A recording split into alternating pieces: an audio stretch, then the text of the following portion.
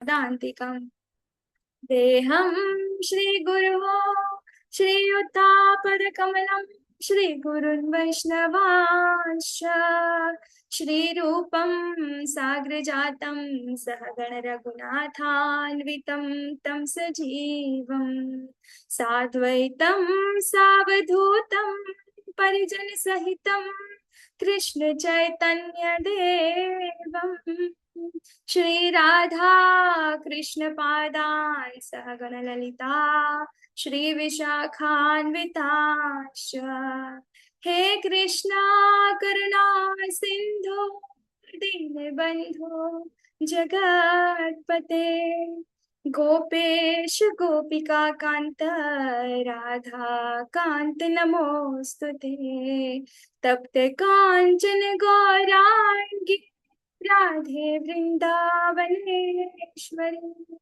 वृषभानुसुते देवी प्रणमामि हरिप्रिये वाञ्छाकल्पतरुभ्यश्च कृपा सिन्धुभ्यैव च पतितानां पावनेभ्यो वैष्णवेभ्यो नमो नमः नमः ॐ विष्णुपादाय कृष्णपृष्ठाय भूतले श्रीमते भक्तिवेदान्त स्वामिनेति नामिने नमस्ते सारस्वते देवे गौरवाणी प्रचारिणे निर्विशेष शून्यवादी पाश्चात्य देश तारिणे जय श्री कृष्ण चैतन्य प्रभु नित्यानंद श्री अद्वैत गदाधर श्रीवासादि गौर भक्त वृंद हरे कृष्णा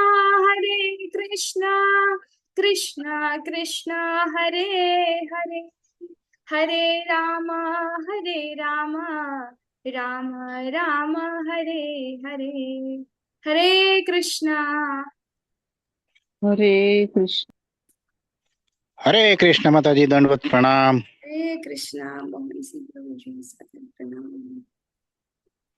આપ સૌનું ફરીથી ખૂબ ખૂબ હૃદયપૂર્વકનું સ્વાગત છે શ્રી શ્રી રાધા ગુરુના ચાલતા લેવલ 2 અધ્યાય 14 અને આજે ભાગ 14। हरे कृष्ण माताजी, दंडवत प्रणाम। हरे कृष्णा माताजी સાથે તો ગઈકાલે આપણે 3 ગુણો વિશે વાત કરી, બરાબર? કયા કયા છે 3 ગુણો? સત્વગુણ, રજોગુણ, તમોગુણ। બરાબર, સત્વગુણ, રજોગુણ અને તમોગુણ વિશે આપણે વાત કરી। અને હવે આજે આપણે જોઈશું બીજી આપણે વાત કરી હતી સત્વગુણ, રજોગુણ અને તમોગુણ। આપણે આજની સુધી જોઈએ 3 ગુણ છે અને ત્રણે 3 ગુણોના કારણે, બરાબર, જેવી રીતે આપણે આ જન્મ લઈએ છે ભૌતિક પ્રકૃતિની સાથે આપણે જેવા સંસર્ગમાં આવીએ છીએ, જન્મ લઈએ છીએ તરત આપણને એ ત્રણે 3 ગુણોના પ્રમાણે કાર્ય કરવાની શું કરે છે? ફરજ પડે છે, હે ને? અને એ પ્રમાણે આપણે જે કાર્ય કરીએ છીએ કેવા હોય છે ત્રણે 3 ગુણોના કાર્ય, બરાબર? તો આપણને કીધું હતું કે આ 3 ગુણ પણ આપણને બદ્ધ કરે છે, બાંધે છે। હા, તો એમાં 3 ગુણોમાંથી સૌથી સારો ગુણ કયો છે?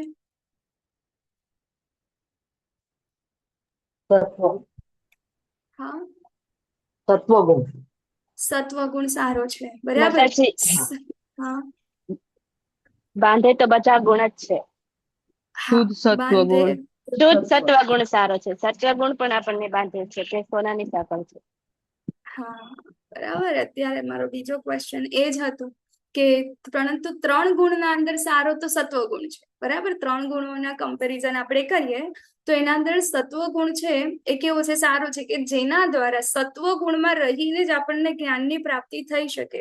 એ વ્યક્તિ એ મતલબ એટલી કેપેસિટી એના અંદર હોય કે જ્ઞાનની પ્રાપ્તિ કરી શકે, બરાબર? એક સિમ્પલ શું ઉદાહરણ તમને આપું કે આપણે કોઈક જગ્યાએ જવું હોય, બરાબર, મતલબ કે આપણે ફ્લાઇટમાં બેસીને જવું હોય કે ટ્રેનમાં બેસીને જવું હોય, બરાબર, તો સૌથી પહેલા શું કરવું પડે? ટિકિટ લેવી પડે। ટિકિટ વગર કોઈ બેસવા દે આપણને? ન બેસવા દે, બરાબર? તો ટિકિટ લેવી એ શું છે? એ સત્વગુણ છે।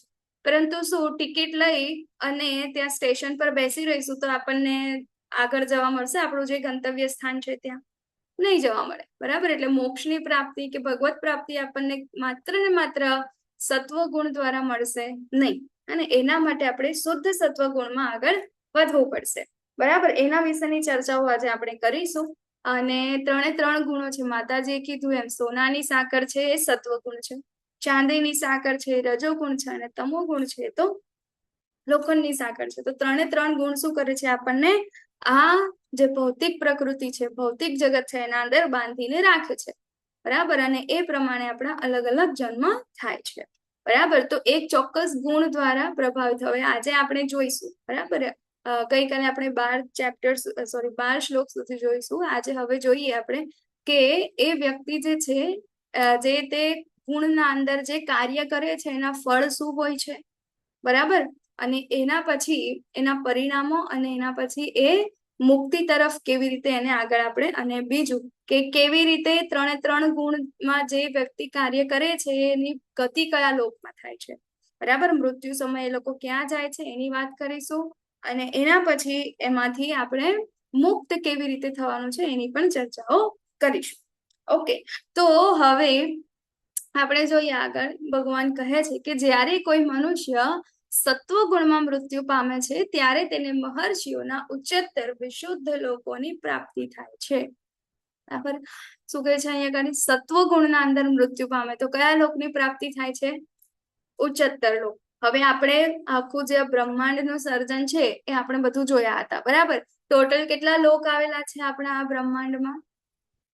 14 લોક આવેલા છે. હા, બરાબર. આપણે જે લોકમાં રહીએ છીએ એ કયા નંબરનું લોક છે? હા, 7 વચ્ચેનો લોક. 7, બરાબર. 7મો લોક, બરાબર. પૂર લોક જેને આપણે કહીએ છીએ, હે? તો એના ઉપરના જે લોક છે એ બધા કયા છે? એ સત્વગુણી મનુષ્યો માટે, કે જેના અંદર સ્વર્ગ લોક પણ આવી જાય, મહર્ષિઓ લોક આવી જાય, તપો લોક આવી જાય, બરાબર. તો જ્યારે કોઈ વ્યક્તિ સત્વગુણમાં રહીને કાર્ય કરે, ગઈકાલે આપણે જોયું હતું કે સત્વગુણમાં રહેલો વ્યક્તિ કેવા કાર્યો કરશે? બોલો. દાન કોઈ કરશે. example? હા, બરાબર. દાન કરશે, પુણ્ય કર્મ કરશે, બરાબર. અને પુણ્ય કર્મ એક્ઝામ્પલ, કરશે. હા, હોસ્પિટલ એક્ઝામ્પલ પણ આપણે જોયા બંધાવશે, હતા, વૃદ્ધાશ્રમ બંધાવશે. ને હોસ્પિટલ બંધાવે, વૃદ્ધાશ્રમ બંધાવે, મોટા મોટા આપણે ભૌતિક જગતના કહેવાતા જ્ઞાની લોકો, હે? તો આ બધા શું કરશે? સત્વ ગુણના અંદર છે, તો એ લોકો મૃત્યુ સમયે ક્યાં જશે? ઉચ્ચતર લોકમાં જશે. આની ડિટેલમાં જે આનાથી બીજા 3જા નંબરનો શ્લોક છે એના અંદર આની ડિટેલમાં ચર્ચા હશે, પણ એ આ જ છે, બરાબર, કે ઉચ્ચતર લોકમાં જાય છે. હવે આપણે જોઈએ કે ભગવાને ગઈકાલે કીધું હતું, શું કીધું હતું? કે આ જે આજનું જે આ ચેપ્ટર છે આપણું 14મું ચેપ્ટર છે, એને જે વ્યક્તિ સમજી જાય છે, શરૂઆતમાં ભગવાને કીધું હતું, બરાબર, કે જે એને સમજી જાય છે કેવી રીતે? તાત્વિક રીતે. તે વ્યક્તિ આ બ્રહ્માંડના અંદર, આ ભૌતિક જગતના અંદર જન્મ અને મૃત્યુમાં ફસાતો નથી, તેને મુક્તિ પ્રાપ્ત થાય છે. અને એવી મુક્તિ પ્રાપ્ત થાય છે કે જે આ બ્રહ્માંડના પ્રલય વખતે પણ તે તેવો ને તેવો રહે છે, એને કોઈ અસર થતી નથી. એનો મતલબ શું? થયો? હા, બરાબર. તો હવે અહીંયા આપણને જે ગુણ, અહીંયા જે લોક આપણને કહી રહ્યા છે, બરાબર, સત્વ ગુણના અંદર જે વ્યક્તિઓ છે એ સત્વગુણી વ્યક્તિઓ ઉપરના લોકમાં જશે, પણ એ આવેલા છે ક્યાં? આવેલા છે? આ તપોલોક, મહર્ષિલોક, સ્વર્ગલોક ક્યાં આવેલા છે? ભૌતિક પ્રકૃતિની અંદર. બ્રહ્માંડના અંદર, બરાબર. અને આખું બ્રહ્માંડ એ શેનાથી? તો આપણું આ ભૌતિક પ્રકૃતિ છે, બરાબર. તો એનાથી બનેલું છે, હે? એના ઉપર આવરણ છે આ ભૌતિક પ્રકૃતિનું, તો એનાથી બહાર તો એ જઈ નથી શકતો, હે? તો કોઈ વ્યક્તિ એવું કહે, અથવા તો કોઈ વ્યક્તિ એવા કાર્ય કરે કે બહુ પુણ્ય કાર્ય કરે છે કે કાંઈ પણ કરે છે, તો એ અલ્ટિમેટલી ક્યાં જશે? ઉપરના લોકમાં જશે. પરંતુ એને ફરીથી ક્યાં આવવું પડશે? આજ ભૂર લોકમાં એને ફરીથી આવવું પડશે. કેમ? જ્યારે, હા, બરાબર. તો જ્યારે એના આ સારા કાર્ય અથવા તો પુણ્ય કર્મો જ્યારે પૂરા થશે ત્યારે એને ફરીથી અહીંયા આવવું પડશે કાર્ય કરવા માટે. હા, તો આ આગળના શ્લોકનું ડિસ્કશન છે, પરંતુ અત્યારે એ વસ્તુ કરી રહી છું. અત્યારે તો માત્ર એટલું જ બતાવવામાં આવ્યું છે કે આ વ્યક્તિઓ ક્યાં જાય છે, બરાબર. પરંતુ આપણે કરી દઈએ કારણ કે આ જ સેમ ડિસ્કશન છે, હને. તો હવે જે ઉપરના જે લોકો છે, બરાબર, આપણને બધાને સમાજ, હવે આપણે બધા તો શું કહેવાય, પેલા ક્લાસીસ કરીએ છીએ, સાંભળીએ છીએ, બરાબર, ભગવદ્ ગીતાને સમજીએ છીએ, આપણને ખબર છે કે આપણું ગંતવ્ય સ્થાન તો સ્વર્ગ લોક તો નથી, બરાબર. પરંતુ બીજા બધા લોકોનું ગંતવ્ય સ્થાન શું છે? જે લોકોને ભગવદ્ ગીતા વિશે ખબર નથી એ લોકોને ક્યાં જવું છે? હા, સ્વર્ગમાં જવા માટે ઈચ્છે છે. સ્વર્ગમાં જવા માટે, બરાબર. એ બધા શાની ઈચ્છા રાખે છે? સ્વર્ગમાં જવાની ઈચ્છા રાખે છે. ગંગામાં નાહીને પાપ ધોવે છે, શેના માટે? સ્વર્ગમાં જવા માટે. પુણ્ય કર્મ કરે છે, શેના માટે? સ્વર્ગમાં જવા માટે, બરાબર. કહેવાતા આજના કેટલા બધા આતંકવાદીઓ, બરાબર, કે ઘણી બધી એવી જે કોમ છે એ લોકો પણ શું કરે છે? સ્વર્ગમાં જવા માટે આ કાર્ય કરે છે. શું કે ત્યાં આગળ તો 72 હુરોની પેલી શું કહેવાય અપ્સરાઓ હશે, હે ને, આ બધી વસ્તુઓ હશે, ત્યાં આગળ સુખ છે. સાચી વાત છે, સ્વર્ગના અંદર બહુ સુખ છે. અત્યારે આપણે જે વસ્તુ ભોગવી શકીએ છીએ એના કરતા વધારે ત્યાં આગળ અનેક ગણી વધારે વસ્તુઓ છે જ્યાં આગળ ભોગવવા માટે છે, અને ત્યાં કોઈ તકલીફ નથી, સુખ જ સુખ છે, ત્યાં દુઃખ નથી, બરાબર. અહીંયા આગળ તો દુઃખ પણ આવે છે ને, ત્યાં આગળ દુઃખ નથી, સુખ જ છે. બધી જ વસ્તુ તમે ભોગવી શકો છો, બરાબર. પરંતુ શેના જેવું છે? તમારું પુણ્ય કર્મ ના ફળ જેવા પૂરા થાય છે, બેલેન્સ જેવું પૂરું થાય છે, તમારે ફરીથી આવવું પડે છે, બરાબર. કારણ એટલું જ છે, કારણ કે આ જે ક્યાં આવેલું છે, સ્વર્ગલોક પણ ક્યાં આવેલું છે? એ પણ બ્રહ્માંડની અંદર જ આવેલું છે, એની બહાર આવતું નથી. કોઈને એવું થાય કે ચાલો મને સ્વર્ગલોકના અંદર જ રહેવું છે, મતલબ હું ફરીથી પાછો સ્વર્ગલોકમાં જઈને પણ એવા જ કાર્ય કરું કે જેનાથી મારું પુણ્ય કર્મ વધે અને ફરીથી મને આ જ લોક મળશે, બરાબર. તો એના માટે પણ એ શક્ય નથી. કેમ? કારણ કે જ્યારે બ્રહ્માજીનું મૃત્યુ થશે, બરાબર, 100 વર્ષ એમના પૂરા થશે, અથવા તો બ્રહ્માજી ઊંઘવા જશે, ત્યારે શું થશે? મહાપ્રલય અને મિની પ્રલય આવશે, અને ત્યારે શું થશે? આખા આ બધા જ જીવો ભગવાનના અંદર જતા રહેશે, બરાબર. અને એ વખતે જેને જેવા કર્મ કર્યા હશે એ પ્રમાણે જ ભગવાન એમને જે તે લોકના અંદર ફરીથી મૂકશે, બરાબર. તો એટલે એવું પણ નથી કે સ્વર્ગલોકના અંદર તમે જોયું કે હા ભાઈ પરમનન્ટ માટે આપણે જઈએ છીએ, તો એ પરમનન્ટ નથી, તમારે ફરીથી પાછું આવવું જ પડશે, અધોગતિ અવશ્ય થશે ત્યાંથી, હે ને. તો આ છે સ્વર્ગલોક અને ઉપરના મહર્ષિ લોક, તપોલોક, બરાબર, કે જે લોકો શું કરે છે? સત્વ ગુણમાં રહીને જેની પ્રાપ્તિ કરે છે. હવે રજોગુણમાં જે મૃત્યુ થાય છે એ લોકો કયા લોકમાં જાય છે? તો એ લોકો સકામ કર્મ કરનારાઓના લોકોના અંદર જન્મે છે. સકામ કર્મ ક્યાં કરી શકે વ્યક્તિ? તો આ ભૂર લોકના અંદર કરી શકે, બરાબર, કે જ્યાં આગળ પુણ્ય કર્મ કે સકામ કર્મ કંઈક મેળવવાની ઈચ્છા સાથે, બરાબર, આવા બધા કર્મ છે અહીં આગળ લોકો કરી શકે છે. આપણે જોઈએ કેટલા બધા એવા રજોગુણી લોકો છે, કે જેના અંદર એમની કોઈ પણ ઈચ્છા જે છે એ પૂરી થતી નથી. હવે ગઈકાલે અમારો ભાઈ છે, બરાબર, એ કોલેજમાં જાય છે અને કોલેજમાંથી એ શું કહેવાય એને એવું કીધું હતું, કોમર્સની ફિલ્ડ છે ને, તો એ લોકોને એવું કીધું હતું કે તમે એક સિરીઝ છે, બરાબર, એમેઝોન ઉપર તમે એને જોજો, બરાબર. તો એ આઈ થિંક સિરીઝ હતી ટાઇટન વાળી, ટાઇટન સ્ટોરી ઇન્ડિયાની.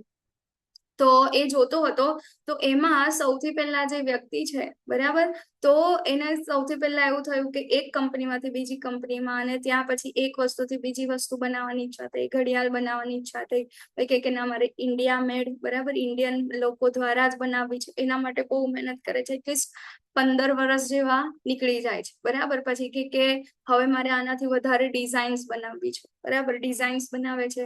પછી કે હવે ખાલી ઇન્ડિયામાં નહીં પરંતુ આખા વર્લ્ડના અંદર મારે આનું માર્કેટિંગ કરવું છે, બધી જગ્યાએ આપણે આને ફેમસ કરવું છે, બરાબર. તો વર્લ્ડમાં જાય છે તો ફેલ થાય છે વખત, બરાબર, ફેલ્યોરનો સામનો કરવો પડે છે, એવી પરિસ્થિતિ આવી જાય છે કે કંપની એને બંધ કરવી પડે, હે ને. પરંતુ તેમ છતાં પછી એને બીજા ઘણા આઈડિયા આવે છે અને પાછું બીજું નવું કરે છે. હવે આના અંદર કેટલા વર્ષો, 20 થી 25 વર્ષ જેટલો સમય નીકળી ગયો, અને એનો સૌથી વધારે સમય જે છે એ કંપનીના અંદર જતો હતો. ઘરે એના પત્ની, એના બાળકો એ બધા હતા. એકવાર એના ઘરે જાય છે ત્યારે એના બાળક એવું કે છે કે આ મહેમાન કોણ આવ્યું કે આપણા ઘરે, તો હવે પેલો કે મહેમાન છું કે હું તારો પિતા છું એમ. તો કે પણ તમે ક્યારેક ક્યારેક જોવા મળો તો પછી અમે શું કરીએ? હા, મહેમાન જ કહીએ ને, બરાબર.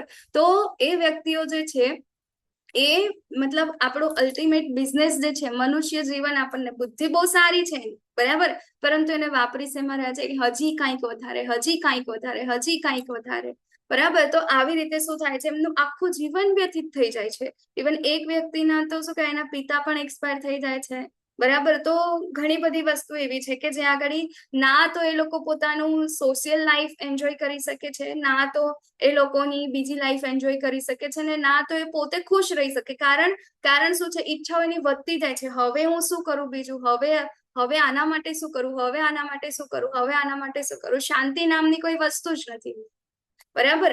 તો આવા જે રજોગુણી વ્યક્તિઓ છે, બરાબર, કે જેને કાંઈક હજી કરવું છે, હજી કરવું છે, હજી કરવું છે, ને આપણે પણ આ મતલબ સમાજના અંદર અત્યારે આ જ બધા લોકોને આપણે શું કહે છે, સક્સેસફુલ કહે છે, બરાબર. કોઈના માતા પિતા હોય, એનું બાળક બહુ મહેનત કરતું હોય, બહુ મહેનત એટલે સવારે 4 વાગે ઉઠી અને રાતના 10 વાગ્યા સુધી કામ કરતું હોય, બહુ સારા રૂપિયા કમાતું હોય, 1 બંગલો, 2 બંગલા, 1 ગાડી, 2 ગાડી, બરાબર, કેટલી બધી પ્રોપર્ટી કરી દીધી હોય, સમાજના અંદર નામ કરી દીધું હોય. હા, તો એના માતા પિતાને બહુ ખુશી થાય, હા મારું બાળક તો આટલું છે, મારું બાળક આટલું હોશિયાર છે, આટલી બધી મહેનત કરે છે. અરે, આટલી મહેનત તો ગધેડા પણ કરે છે એમના પોતાના સર્વાઈવલ માટે, નથી કરતા? કરે છે ને. ગધેડાને શું હોય, શા માટે આખો દિવસ એ પેલા કુંભારના માટલા લાદી અને અહીંથી અહીં સામાન લાદીને બધી જગ્યાએ જાય છે? કેમ? કારણ કે એને એવું હોય કે આ મારો જે માલિક છે મને છેલ્લે શું કરશે, ઘાસ ખાવા માટે આપશે, બરાબર. અને એટલા માટે શું કરે છે, એ એનું કામ કરે છે, ઇવન માર પણ ખાય છે.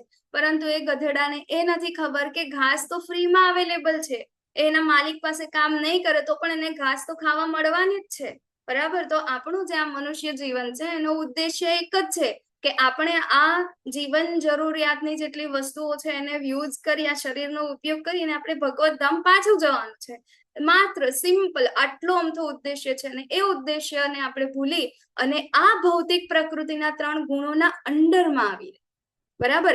એટલા માટે આપણને આ જ્ઞાન પ્રાપ્ત થતું નથી, બરાબર. એટલા માટે આવું રજોગુણી વ્યક્તિ છે, એને પોતાના આ સક્સેસફુલ ભૌતિક વસ્તુઓના અંદર જે સક્સેસ છે, એ સક્સેસના માટે એના આગળ એને શું થઈ જાય છે, કાંઈ જ આ જ્ઞાન પ્રાપ્ત થતું નથી, એની પાસે સમય જ નથી બીજું કાંઈ કરવાનું, બરાબર. જ્યારે સત્વગુણી વ્યક્તિ હશે તો એની પાસે શું કહેવાય, સમય હશે, એ થોડો શાંત હશે, બરાબર. એને એટલો ગુસ્સો પણ નહીં આવતો હોય, હે ને. તો એ શું કરશે, સાંભળશે, અને ધીરે ધીરે ધીરે એને જ્ઞાનની પ્રાપ્તિ થશે, એ ઉપરના લેવલમાં આવશે, બરાબર. પરંતુ રજોગુણી વ્યક્તિ એ કેવી રીતે આવી શકશે, બરાબર છે. તો એટલા માટે આવા જે વ્યક્તિઓ છે એ ક્યાં ગાડી જન્મે છે, સકામ કર્મ કરનારાઓ, એટલે કે આ ભોરલોકના અંદર જન્મે છે. અને તમો ગુણમાં મરનાર વ્યક્તિઓ પશુ યોનિમાં જન્મ ગ્રહણ કરે છે, બરાબર. ટોટલ 84 લાખ યોનિઓ છે, એના અંદર મનુષ્ય યોની 4 લાખની છે, બરાબર. મનુષ્યોના અંદર પણ અલગ અલગ પ્રકારના મનુષ્ય છે, એના અંદર 4 લાખ યોની માત્ર મનુષ્યની છે, બાકીની બધી જ ટોટલ કેટલી છે, 84 લાખ યોનિઓ છે. હવે આના અંદર શું કહેવાય, પ્રમોશન કરવાની જગ્યાએ આ વ્યક્તિઓનું શું થઈ જાય છે, જે લોકો તમો ગુણમાં છે, ડિગ્રેડેશન થઈ જશે. શું થશે, પશુ યોનિમાં, એટલે કે અધમ યોનિમાં, નીચલી યોનિના અંદર એ લોકોના જન્મ થશે. હવે વિચારો, આપણે એટલીસ્ટ મનુષ્ય જન્મ છે, બરાબર. તો મનુષ્ય જન્મના અંદર 3 ગુણોને સમજીને આપણને એટલી ખબર તો પડી શકે કે ના, મારો અલ્ટિમેટ બિઝનેસ શું છે ને મારે કરવું શું છે. તો જ્યારે આપણે એ કરીશું તો આપણે અલ્ટિમેટ આપણો ગોલ છે એ પ્રાપ્ત કરી શકીશું, બરાબર. પરંતુ જો કોઈ કૂતરાના શરીરમાં હોય, બરાબર, કોઈ બિલાડાના હોય, કોઈ ગધેડાના હોય, કોઈ ગાયના હોય, કોઈ શું કહેવાય, વાઘના હોય, કે પછી કોઈ વૃક્ષના એના અંદર હોય, કોઈ ભૂંડના શરીરમાં હોય, તો પછી આ વ્યક્તિઓ જે છે એ કેવી રીતે આ કાર્ય કરી શકશે, કરી શકે છે? એ લોકો નથી કરી શકતા, બરાબર. એટલા માટે તમે જો અહીંયા આગળ ફોટાના અંદર તમને આપ્યો છે, બરાબર, કે જે લોકો બહુ ઊંઘ્યા કરે ને, બહુ ઊંઘ્યા કરે, તમોગુણી વ્યક્તિઓ આખો દિવસ ના મરે, તો ઊંઘવું એટલે રાજાની જેમ, બરાબર. એકચ્યુઅલમાં રાજા ના ઊંઘતો હોય, પરંતુ અત્યારે એવું કે ભાઈ રાજા એટલે ઊંઘ્યા કરે, જેટલો ટાઈમ આપે એટલે ઊંઘ્યા કરે, તો એને બીજો જન્મ શેમાં મળે, એવા પ્રાણીમાં મળે કે જેની પ્રકૃતિ 24 કલાક ઊંઘવા વાળી હોય. કયું હોય? રીંછ. બરાબર, આખો દિવસ ઊંઘ્યા કરે. બરાબર, જેને બહુ ખુલ્લા કપડાં પહેરીને ફરવાની ઈચ્છા હોય, શરીરને દેખાડો કરવાની બહુ ઈચ્છા હોય, અને અત્યારના સમાજમાં આપણે જોઈએ છે ને, એવા એવા કપડાં પહેરીને લોકો ફરે છે, આપણને પોતાને શરમ આવી જાય છે. બરાબર, તો એવા લોકોને શેમાં? વૃક્ષમાં જન્મ મળે છે. ભગવાન કે સારું, જા તને શું કહે, પોતાનું અંગ પ્રદર્શન કરવાની બહુ ઈચ્છા હતી ને, જાઓ વૃક્ષ બની જાઓ. વૃક્ષો વર્ષો સુધી કપડાં પહેર્યા વગર એમને ઉભા રહે. બરાબર, તો એવા યોનિના અંદર આપણને જન્મ મળે છે. બરાબર, પછી જે લોકો માંસ, મદિરા, બરાબર, એ બધી વસ્તુઓ જેને ખાવાની ઈચ્છા થાય છે, પછી નેક્સ્ટ બર્થ એમને સેવા મળે છે. એવા જ હિંસક પ્રાણીઓના અંદર મળે છે, કે જે લોકો માત્ર ને માત્ર માંસ ખાઈને જીવતા રહે છે. બરાબર, પછી બીજા જે લોકો ગંદુ કાંઈ પણ બીજું બધું ખાઈ લે, બરાબર, એવા પછી ભૂંડ કાંઈ પણ ખાય છે ને લોકો, ન ખાવાની વસ્તુઓ. બરાબર, તો ત્યાં આગળ એ લોકોનો જન્મ થાય છે. તો આવી રીતે મનુષ્ય એટલે કે જીવાત્મા જે રીતે કર્મ કરે છે એ પ્રમાણે એને નેક્સ્ટ બોડી પ્રાપ્ત થાય છે. બરાબર, તો જે તમોગુણી વ્યક્તિ છે એ તમોગુણી વ્યક્તિને પશુ યોનિમાં જન્મ ગ્રહણ કરવો પડે છે. બરાબર, હવે આપણે જોઈએ કે આ 3 કર્મો જે છે, સોરી 3 ગુણ છે, 3 ગુણમાં કરેલા કાર્યના પરિણામ શું આવે છે? બરાબર, તો પુણ્ય કર્મ એટલે કે સત્વ ગુણમાં કરેલું કાર્ય, એ પુણ્ય કર્મનું ફળ શુદ્ધ હોય છે અને તેને સાત્વિક ગુણમય કહેવાય છે. કેવું છે? સાત્વિક ગુણવાળું છે. બરાબર, પરંતુ રજોગુણમાં કરેલું કર્મ દુઃખમાં પરિણમે છે, અને તમોગુણમાં કરેલા કર્મ એ મૂર્ખામીમાં પરિણમે છે. પરિણામ આપણને ખ્યાલ છે. સત્વગુણી વ્યક્તિ હોય તો માતાજી કીધું એમ મંદિર બંધાવે, બરાબર, પછી હોસ્પિટલ બંધાવે, સ્કૂલ બંધાવે, વૃદ્ધાશ્રમ બંધાવે, કેટલી બધી વસ્તુઓ કરે. પુણ્ય એના ખાતામાં એટલીસ્ટ પુણ્ય કર્મ તો જમા થશે. બરાબર, પુણ્ય કર્મ જમા થશે તો ક્યારેક એને ભગવાન વિશેનું જ્ઞાન જે છે એ પ્રાપ્ત થશે. એને ટિકિટ લઈ લીધી છે. બરાબર, પુણ્ય કર્મ પ્રાપ્ત કરીને મતલબ એ સ્ટેશન સુધી તો પહોંચી ગયા છે, તો ક્યારેક તો એને બુદ્ધિ આવશે કે મારે હવે આ ટ્રેનમાં કે ફ્લાઇટમાં બેસવાનું છે. બરાબર, એટલે સાત્વિક ગુણમય છે, પરંતુ રજોગુણમાં કરેલું શેમાં? તો દુઃખમાં પરિણમે છે. બરાબર, અત્યારે મેં તમને એક્ઝામ્પલ આપ્યું. લાસ્ટમાં શું મળે છે? એ લોકોને આખું જીવન પતી જાય છે, છેલ્લે અફસોસ કરે છે, અહીંયા મારું આખું જીવન પતી ગયું. બરાબર, અને એના અંદર આપણે જોઈએ કે રજોગુણમાં અત્યારે સૌથી વધારે જે રિલેશનશિપ છે, બરાબર, બધા કેવા છે? રજોગુણી છે. પહેલા બહુ સારા લાગે, હા, અને એના માટે આપણે બધું જ કરતા હોય, આખું જીવન આખું એના પાછળ આપી દેતા હોય, પરંતુ લાસ્ટમાં શું મળે છે? દુઃખ મળે છે. હા, કે મેં તારા માટે આખું જીવન આપી દીધું, તું એ મારા માટે શું કર્યું? અને આવા બધા પ્રશ્નો સામે આવીને ઉભા રહે છે. શા માટે? કારણ કે ઉદ્દેશ્ય શું હતો? રજોગુણ. બરાબર, પોતાના ગુણને સંતોષવા માટે આજના રિલેશનશિપ છે એ અસ્તિત્વમાં છે. આ પ્રેમ એટલે શું? પ્રેમ એટલે કે બીજાની ખુશી માટે, બીજાના માટે જ. ભગવાન કૃષ્ણ સાથે આપણો પ્રેમ છે, પરંતુ કેવો છે? એક તરફી લવ સ્ટોરી છે. આપણી અને ભગવાનની પણ લવ સ્ટોરી છે, ખબર છે તમને? પરંતુ એ લવ સ્ટોરી કેવી છે? વન સાઇડેડ છે. વન સાઇડેડ લવ છે. આમાં વન સાઇડેડ લવમાં કોણ લવ કરે છે ભગવાનને પ્રેમ? બોલો. ભગવાન આપણને કરે છે અને હા, આપણે ભગવાનને નથી કરતા. બરાબર, નથી ભગવાન કરતા. આપણને પ્રેમ કરે છે, પરંતુ આપણે ભગવાનને નથી કરતા. હવે વિચારો, તમે કોઈ છોકરો અને છોકરી હોય, બરાબર, એના અંદર કોઈ છોકરો છોકરીને પ્રેમ કરતો હોય, પરંતુ એ છોકરીને ભાવ જ ના આપતી હોય, ભાવ જ ના આપતી હોય. છોકરો એના માટે બધું જ કરે, બધું એટલે મરવા માટે પણ તૈયાર હોય. બરાબર, તો આપણે કોને ખરાબ ગણીએ? હા, બોલો. છોકરાને ખરાબ કોઈ ગણીએ. છોકરાને કેમ ખરાબ ગણીએ? તો એના માટે બધું કરે છે. ઇવન એના પરિવારનું ધ્યાન રાખે છે, એનું શું કહે, બધું, એ છોકરીનું બધું ધ્યાન રાખે છે. એને જે કાંઈ પણ, એને જેના અંદર એને ખુશી મળે છે બધી જ વસ્તુ એ કરે છે. પરંતુ છોકરીને એવું છે કે ના, મારે આ છોકરા સાથે નથી, મારે તો બીજે ક્યાંક કરવું છે. તો તમે કોને ખરાબ ગણશો? હા, છોકરાને કે છોકરીને? બોલો. જોવામાં એવું લાગે ને છોકરી. હરે કૃષ્ણ માતાજી. હરે કૃષ્ણ. છોકરીને બોલો. ગણાય માતાજી, હા, બરાબર, છોકરીને કારણ કે આપણે એને એવું કહીએ કે કોને હા, એકને પ્રેમ હતો અને આ કે હા, મારે બીજાને કરવું છે, હા, એટલે છોકરી ગુનેગાર છે. છોકરી ગુનેગાર છે. બરાબર. તો એવી જ રીતે આપણો અને ભગવાન વચ્ચેનો પ્રેમ છે ને, એના અંદર ભગવાન આપણને બધી જ વસ્તુ પ્રોવાઈડ કરે છે. વિચારો, આપણને શ્વાસ લેવા માટે હવા પ્રોવાઈડ કરે છે, રહેવા માટે, ખાવા માટે, પીવા માટે. ઇવન અહીંયા આપણે એકલા નથી રહી શકતા, એના માટે આપણને બધા સંબંધો પણ આપે છે. હા, તેમ છતાં આપણે ભગવાનની પાસે જતા નથી, અને આપણને બોલાવે પણ છે. કેવી રીતે? તો ગુરુઓને મોકલે છે, શાસ્ત્રને મોકલે છે, ભગવદ્ ગીતા ભાગવતમને મોકલે છે. બરાબર કે ના, તું મારી પાસે આવી જા. પરંતુ આપણે એવા કેવા છે, બેવફા પ્રેમીઓ છે કે આપણે ભગવાન તરફથી મોં મોડી લીધું અને આપણને બીજી વસ્તુઓમાં જ પ્રેમ છે. શેમાં પ્રેમ છે? રૂપિયામાં પ્રેમ છે, પોતાના સંબંધોમાં પ્રેમ છે, પોતાની નોકરીની પ્રેમ છે, પોતાની સુંદરતાથી પ્રેમ છે, પોતાના શરીર સાથે પ્રેમ છે. આપણને ક્યાં ભગવાન સાથે પ્રેમ છે? બરાબર. પ્રેમ તો કોને હતો ભગવાન સાથે? નરસિંહ મહેતા. બરાબર. સંપૂર્ણ શરણાગત. પોતાની દીકરીનું જયારે લગ્ન કરવાનું હતું, બરાબર, ત્યારે સુખના અમારો ઠાકોર છે ને, બરાબર, અને ઠાકોર આવે છે, સાચો સંબંધ નિભાવે છે, ગાડા ભરી ભરીને એને ત્યાં આગળ બધું કરે છે, એનું મામેરું પણ કરે છે, કેટલી બધી વસ્તુઓ કરે છે. બરાબર. પછી જયારે પેલી હુંડી વાળી તો બધાને ખબર છે. હા, જયારે હુંડીની વાત આવી, પેલા લોકો જયારે વાણિયાઓ આવ્યા એમના ત્યાં અને કીધું કે ભાઈ અમારે 700 રૂપિયા જે છે ત્યાં આગળ જોઈએ છે, બરાબર, ત્યારે એમને શું કે તમે આ લઈ લો અને અમને હુંડી લખી આપો, ચેક લખી આપો. બરાબર. અને ત્યાં આગળ હવે જે નરસિંહ મહેતા છે એમને તો કે દ્વારકામાં મને તો સામળિયા શેઠ સિવાય, મારા ઠાકોર સિવાય તો કોઈ ઓળખતું નથી, તો લખી આપે છે સામળિયા શેઠ કરીને. બરાબર. અને પ્રાર્થના કરે છે ભગવાનને કે આવી રીતે મારી પાસે આ વેપારીઓ આયા હતા, બરાબર, યાત્રાળુઓ, અને 700 રૂપિયાની હુંડી લખીને આપી છે, તો હવે તમે એ લોકોનું કામ કરજો.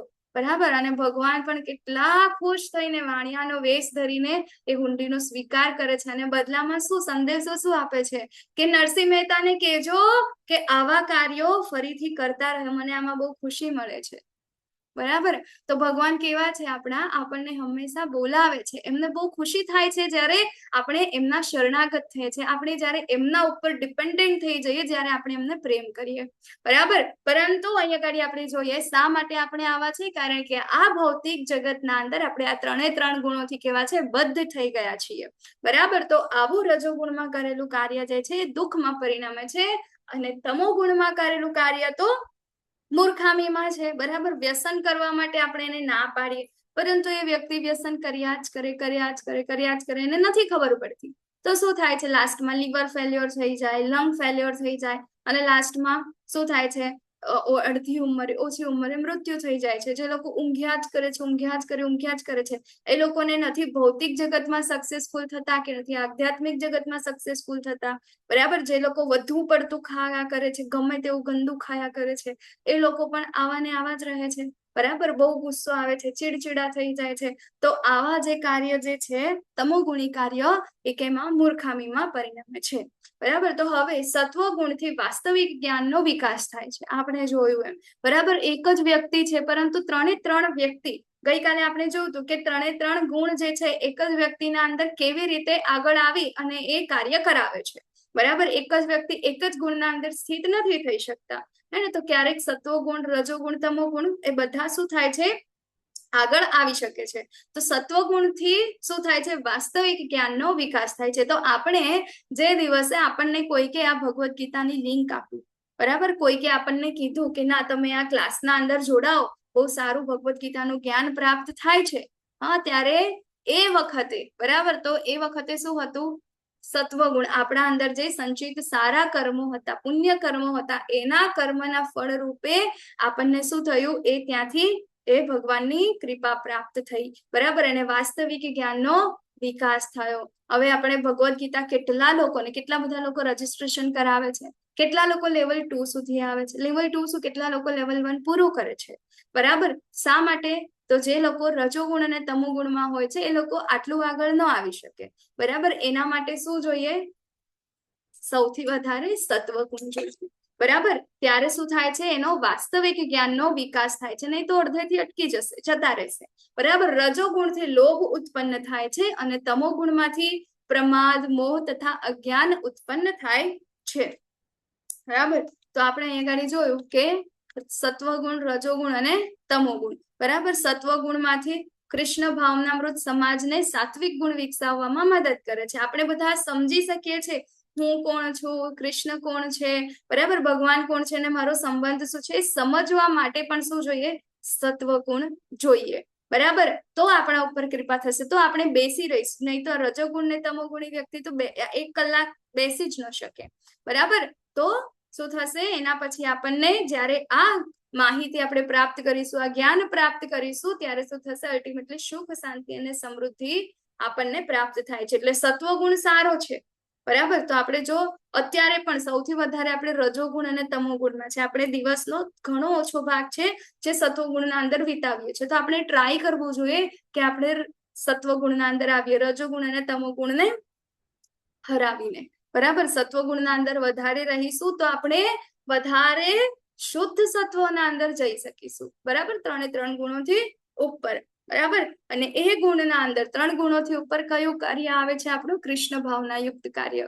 બરાબર, કે જેના દ્વારા આપણને અલ્ટિમેટ સુખ, અલ્ટિમેટ શાંતિ અને અલ્ટિમેટ સમૃદ્ધિ પ્રાપ્ત થાય છે. અને બીજું રજોગુણ છે. રજોગુણથી શું વિકસે છે, લોભ ઉત્પન્ન થાય છે. હંમેશા લોભી, કોઈ પણ મર્યાદા વગર ઇન્દ્રિય પ્રસન્નતા માટે એ લોકોની ઈચ્છા રહે છે. ન સુખ કે ન મનની શાંતિ. ના તો સુખ પ્રાપ્ત કરી શકે એ વ્યક્તિ કે ના તો એના મનની શાંતિ. હંમેશા કંઈક ને કંઈક ચાલતું રહે. તમોગુણ સાવ અજ્ઞાની માણસ છે. બરાબર, તો એનાથી શું થાય છે, ભ્રમ, ગાંડાપણું અને મૂર્ખતા વિકસે છે. કોઈ જ્ઞાન નથી, બેજવાબદાર વ્યક્તિ છે, વસ્તુઓને જેમ છે તેમ જોઈ શકતા નથી, વ્યથિત હોવાને કારણે નશાનો આશ્રય લે છે. બરાબર, આપણે જોઈએ કે હવે તો ભારતના અંદર પણ કેટલા બધા યુથ એવા છે જે લોકો શું કહેવાય, સિગરેટ, દારૂ, એ બધી વસ્તુઓ તો ઠીક છે, પરંતુ ડ્રગ્સ લેવા લાગ્યા છે. તમે કોઈ વાર યુટ્યુબના અંદર તમે જોવો ને ત્યારે સર્ચ કરજો, ફોરેનના અંદર, બરાબર, આખી એવી સ્ટ્રીટ હોય, ચાલીઓ હોય કે જ્યાં આગળ આવા જે ડ્રગિસ્ટ લોકો છે ને, બરાબર, તે બેઠેલા હોય. તમને એવું લાગે હાય આ કેવા ગાંડા લોકો, ગમે ત્યાં ફરતા હોય, ગમે તે કરતા હોય. બરાબર, તો મતલબ એ વિડીયો જોઈને આપણને ડર લાગી જાય કે આ બહુ ખરાબ વસ્તુ છે, ત્યાં ન જવાય. બરાબર, પરંતુ એ લોકો એવું જીવન જીવી રહ્યા છે. બરાબર, શા માટે, કારણ કે અઘોર તમોગુણમાં છે. બરાબર, અને એનાથી એ લોકો અજ્ઞાની છે અને એ લોકો જ્ઞાનને સાચી રીતે જોઈ નથી શકતા. બરાબર, ચાલો, તો હવે સત્વગુણી મનુષ્યો ક્રમશઃ ઉપર ઉચ્ચતર લોકોમાં જાય છે. રજોગુણી માણસો પૃથ્વી લોકમાં રહે છે અને જે ઘૃણાજનક તમોગુણમાં રહે છે તે લોકો ક્યાં જાય છે, નીચેના નરક લોકમાં જાય છે. બરાબર, તો નીચેના બધા લોકને આપણે શું કહે છે, નર્ક લોક કહીએ છીએ. ઉપરના બધા જે છે ઉચ્ચતર લોક અને વચ્ચેનું જે છે શું છે, આપણું ભૂલોક છે. બરાબર, તો હવે નીચે નર્ક લોકમાંથી પાછું આપણે ઉપર જવાનું, પાછું આપણે ઇવન શું કહેવાય, નેક્સ્ટ જે આપણું આવશે ચેપ્ટર, બરાબર, એના અંદર જોઈશું કે અશ્વત્થનું વૃક્ષ છે, બધા જે રીતે કાર્ય કરશે, ઉપર નીચે ઉપર નીચે ઉપર નીચે થયા કરે છે. પરંતુ આપણે ગોલોક ચાર્ટના અંદર એક દોરી જોઈ હતી.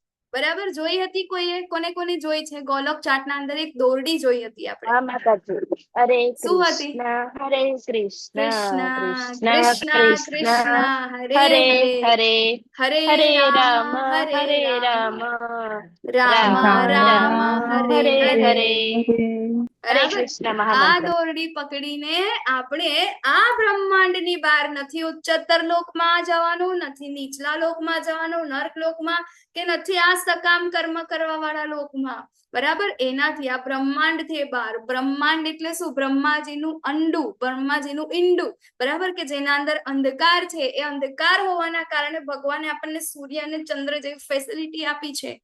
બરાબર, પરંતુ આપણે તો કેવા ધામમાં જવાનું છે, ભગવાનનું શાશ્વત ધામ, કે જ્યાં આગળ સ્વયં પ્રકાશિત છે. ત્યાં આગળ કોઈ દુઃખ નથી, કોઈ કલેશ નથી, કોઈ પ્રોબ્લેમ નથી.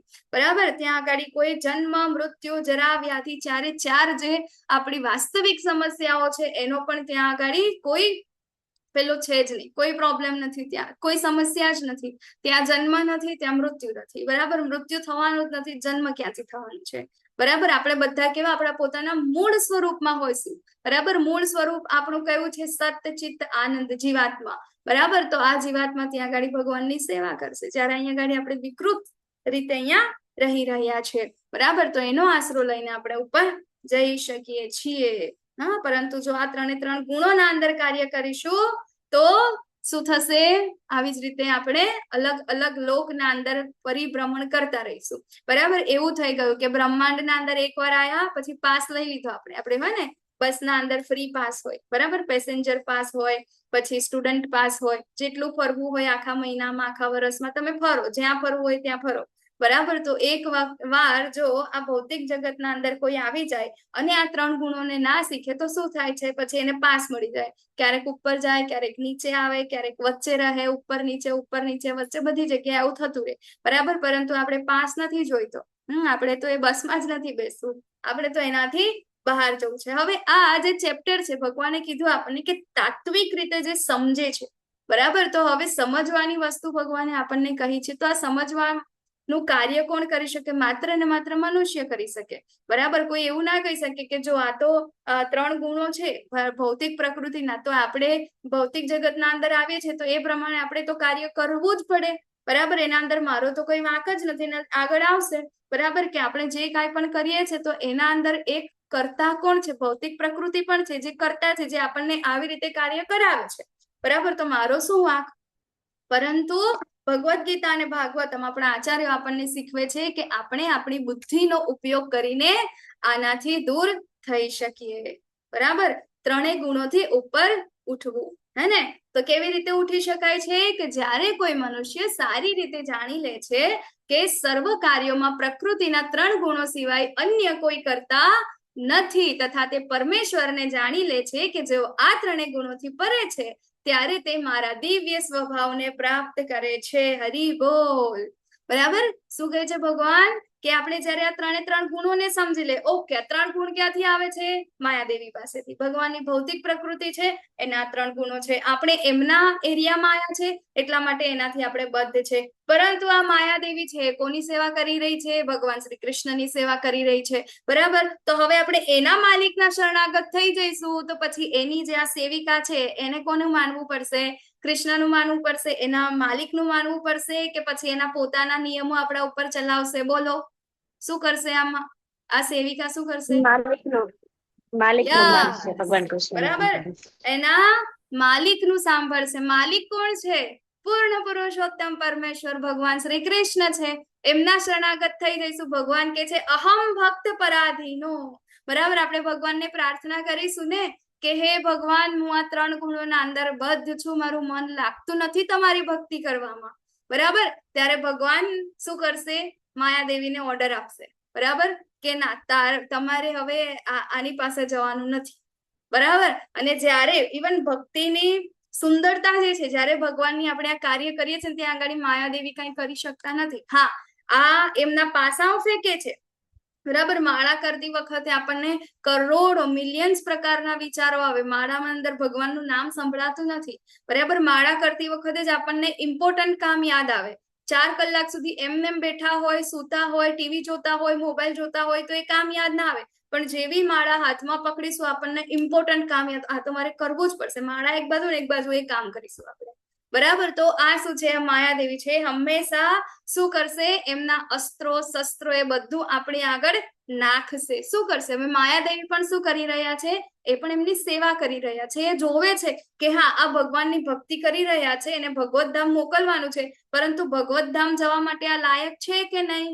કારણ કે ભગવત ધામ જવા માટે ભગવત ધામના અંદર તો કેવું છે? 24 કલાક આપણે ભગવાનની સેવા કરવાની છે, બરાબર. તો જો આ લોકો અહીંયા ગાડી આવી રીતે કરશે, બરાબર, કે ના, હું તો ભગવાનનું નામ લઉં છું, ભગવાનની માળા કરું છું, પરંતુ એનું ધ્યાન તો બીજી જગ્યાએ છે, તો એનો મતલબ એવો થયો કે ભગવાનને ઇમ્પોર્ટન્સ નથી આપી રહ્યા, એ તો બીજી વસ્તુને, પોતાની ઇન્દ્રિયોને ઇમ્પોર્ટન્સ આપી રહ્યા છે. તો એ જો ત્યાં ભગવત ધામમાં પણ જઈને એવું કરશે તો એ ફરીથી ભગવાનની સામે બળવો પોકારશે, ફરીથી ભગવાનને એવું કહેશે કે મારે ભગવાન બની બેસવું છે, ફરીથી ભગવાનની ઈર્ષા કરશે અને ફરીથી પાછું અહીંયા આવવું પડશે. એટલા માટે માયાદેવી આપણી શું કરે છે? ડગલે ને પગલે પરીક્ષાઓ લે છે, બરાબર. કે આ વ્યક્તિ શું કરી રહ્યો છે? ખરેખર ભગવત ધામ જવાના લાયક છે કે નહીં, બરાબર. એટલે જ્યારે આપણે ભગવાનની ભક્તિ કરવાનું ચાલુ કર્યું, ફાટ દઈને ફરીથી મારશે, જેવું ચાલુ કર્યું ફટ દઈને ફરીથી મારશે. એટલે વારંવાર આપણને શું કરશે? કે હા બેટા, અહીંયા જ રહી.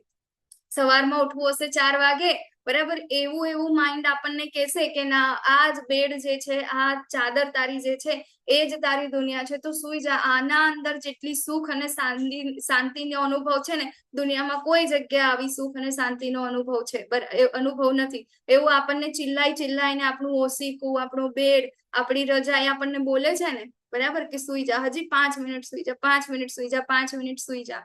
બધાને ખ્યાલ હશે, બરાબર, અનુભવ હશે આવા, હે ને? શાના માટે?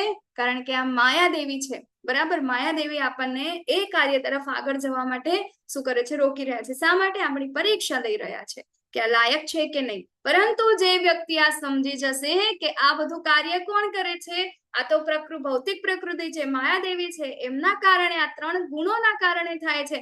અને હા, મારે તો આ 3 ગુણોથી ઉપર ઉઠવાનું છે, મારે તો ભગવાન શ્રી કૃષ્ણની સેવા કરવાની છે.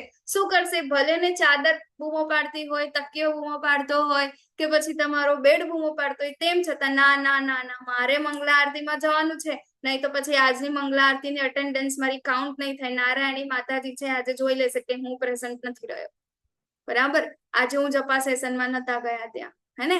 તો આ શું છે? આપણને એ જ્ઞાન છે, આપણને, બરાબર. એ શુદ્ધ સાત્વિક જ્ઞાન છે કે જેના કારણે આપણે એ માયાદેવીને એ જે તે ટાઈમે આપણે હરાવી શકીએ છીએ, બરાબર. શેના કારણે આપણને આ જ્ઞાન મળ્યું? કૃપા દ્વારા, બરાબર. ગુરુઓની, આચાર્યોની કૃપા દ્વારા, પરંપરામાંથી આપણને મળે છે ને. પરંપરા શેનાથી ચાલે છે? કૃપા દ્વારા ચાલે છે, બરાબર.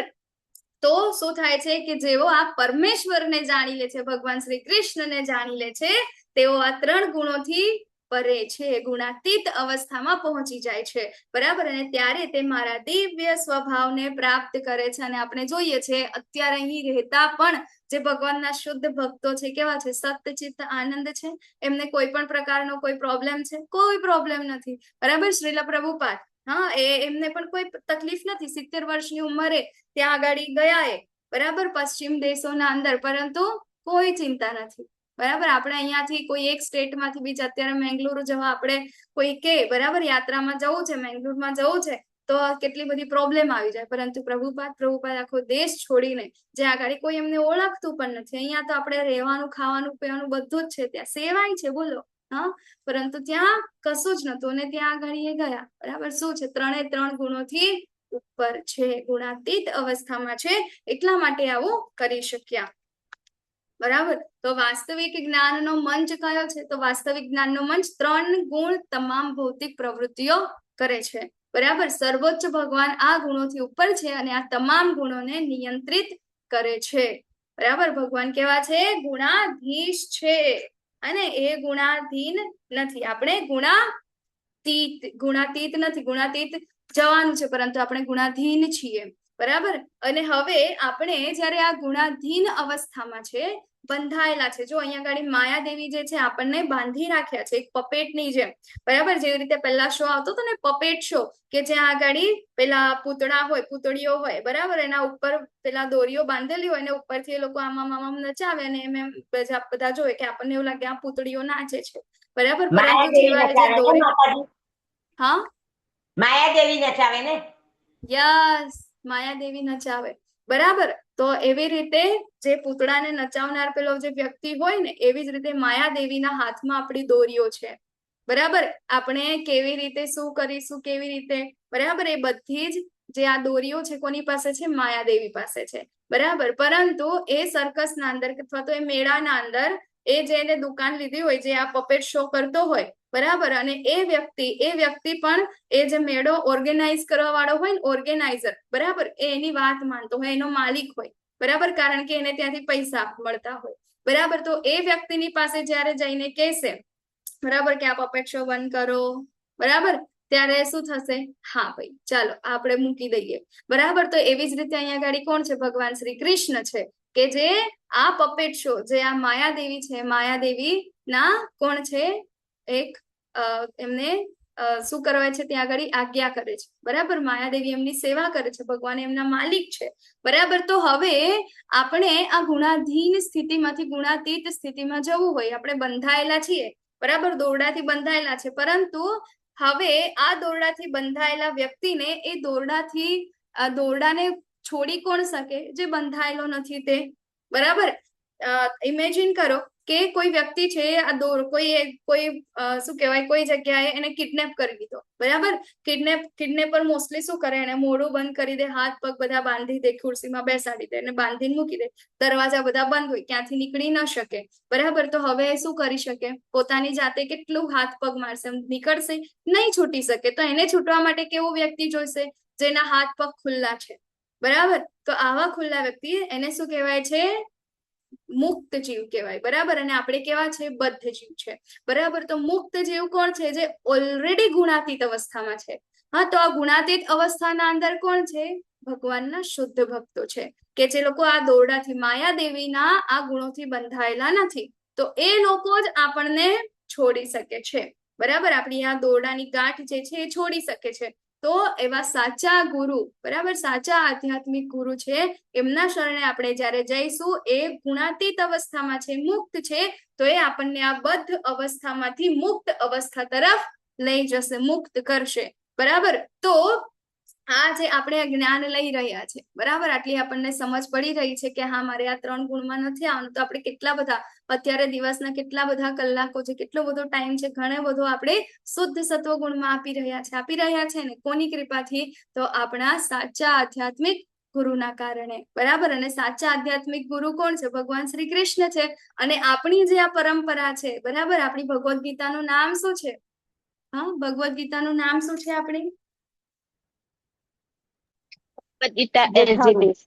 યથારૂપ. તેના મૂળ રૂપમાં. યથારૂપ, બરાબર. તેના મૂળ રૂપે, એઝ ઇટ ઇઝ, અને જેવી છે તેવી જ. એટલે સાચા આધ્યાત્મિક ગુરુ ભગવાન શ્રી કૃષ્ણ, એમને જે પ્રકારનું જ્ઞાન આપ્યું છે, એ જ પ્રકારનું જ્ઞાન કોની પાસે ગયું, બ્રહ્માજી પાસે, બ્રહ્માજી પાસેથી કોની પાસે ગયું, નારદ મુનિ પાસે, નારદ મુનિ પાસેથી આપણા જેટલા પણ આચાર્યો છે, બરાબર. એ આચાર્યો પછી આપણે આવે છે શ્રી ચૈતન્ય મહાપ્રભુ, જે સ્વયં કોણ છે, ભગવાન શ્રી કૃષ્ણ છે, બરાબર. એમનાથી પછી આપણા ષડ ગોસ્વામીઓ પરથી પછી આપણા શું કહેવાય, ઘણા બધા આપણે ગુરુ પરંપરા આપણે જોઈએ છે, અને આપણા શ્રીલ પ્રભુપાદ, બરાબર. તો એમને આપણને આ શું આપ્યું છે, આ જ્ઞાન આપ્યું છે, બરાબર. તો એના અંદર કોઈ ડાઉટ છે કે આપણે આ 3 ગુણથી નહીં ઉઠી શકીએ અને આપણે શુદ્ધ સત્વ ગુણમાં નહીં જઈ શકીએ? અવશ્ય જઈશું, બરાબર, કોઈ ડાઉટ જ નથી આમાં.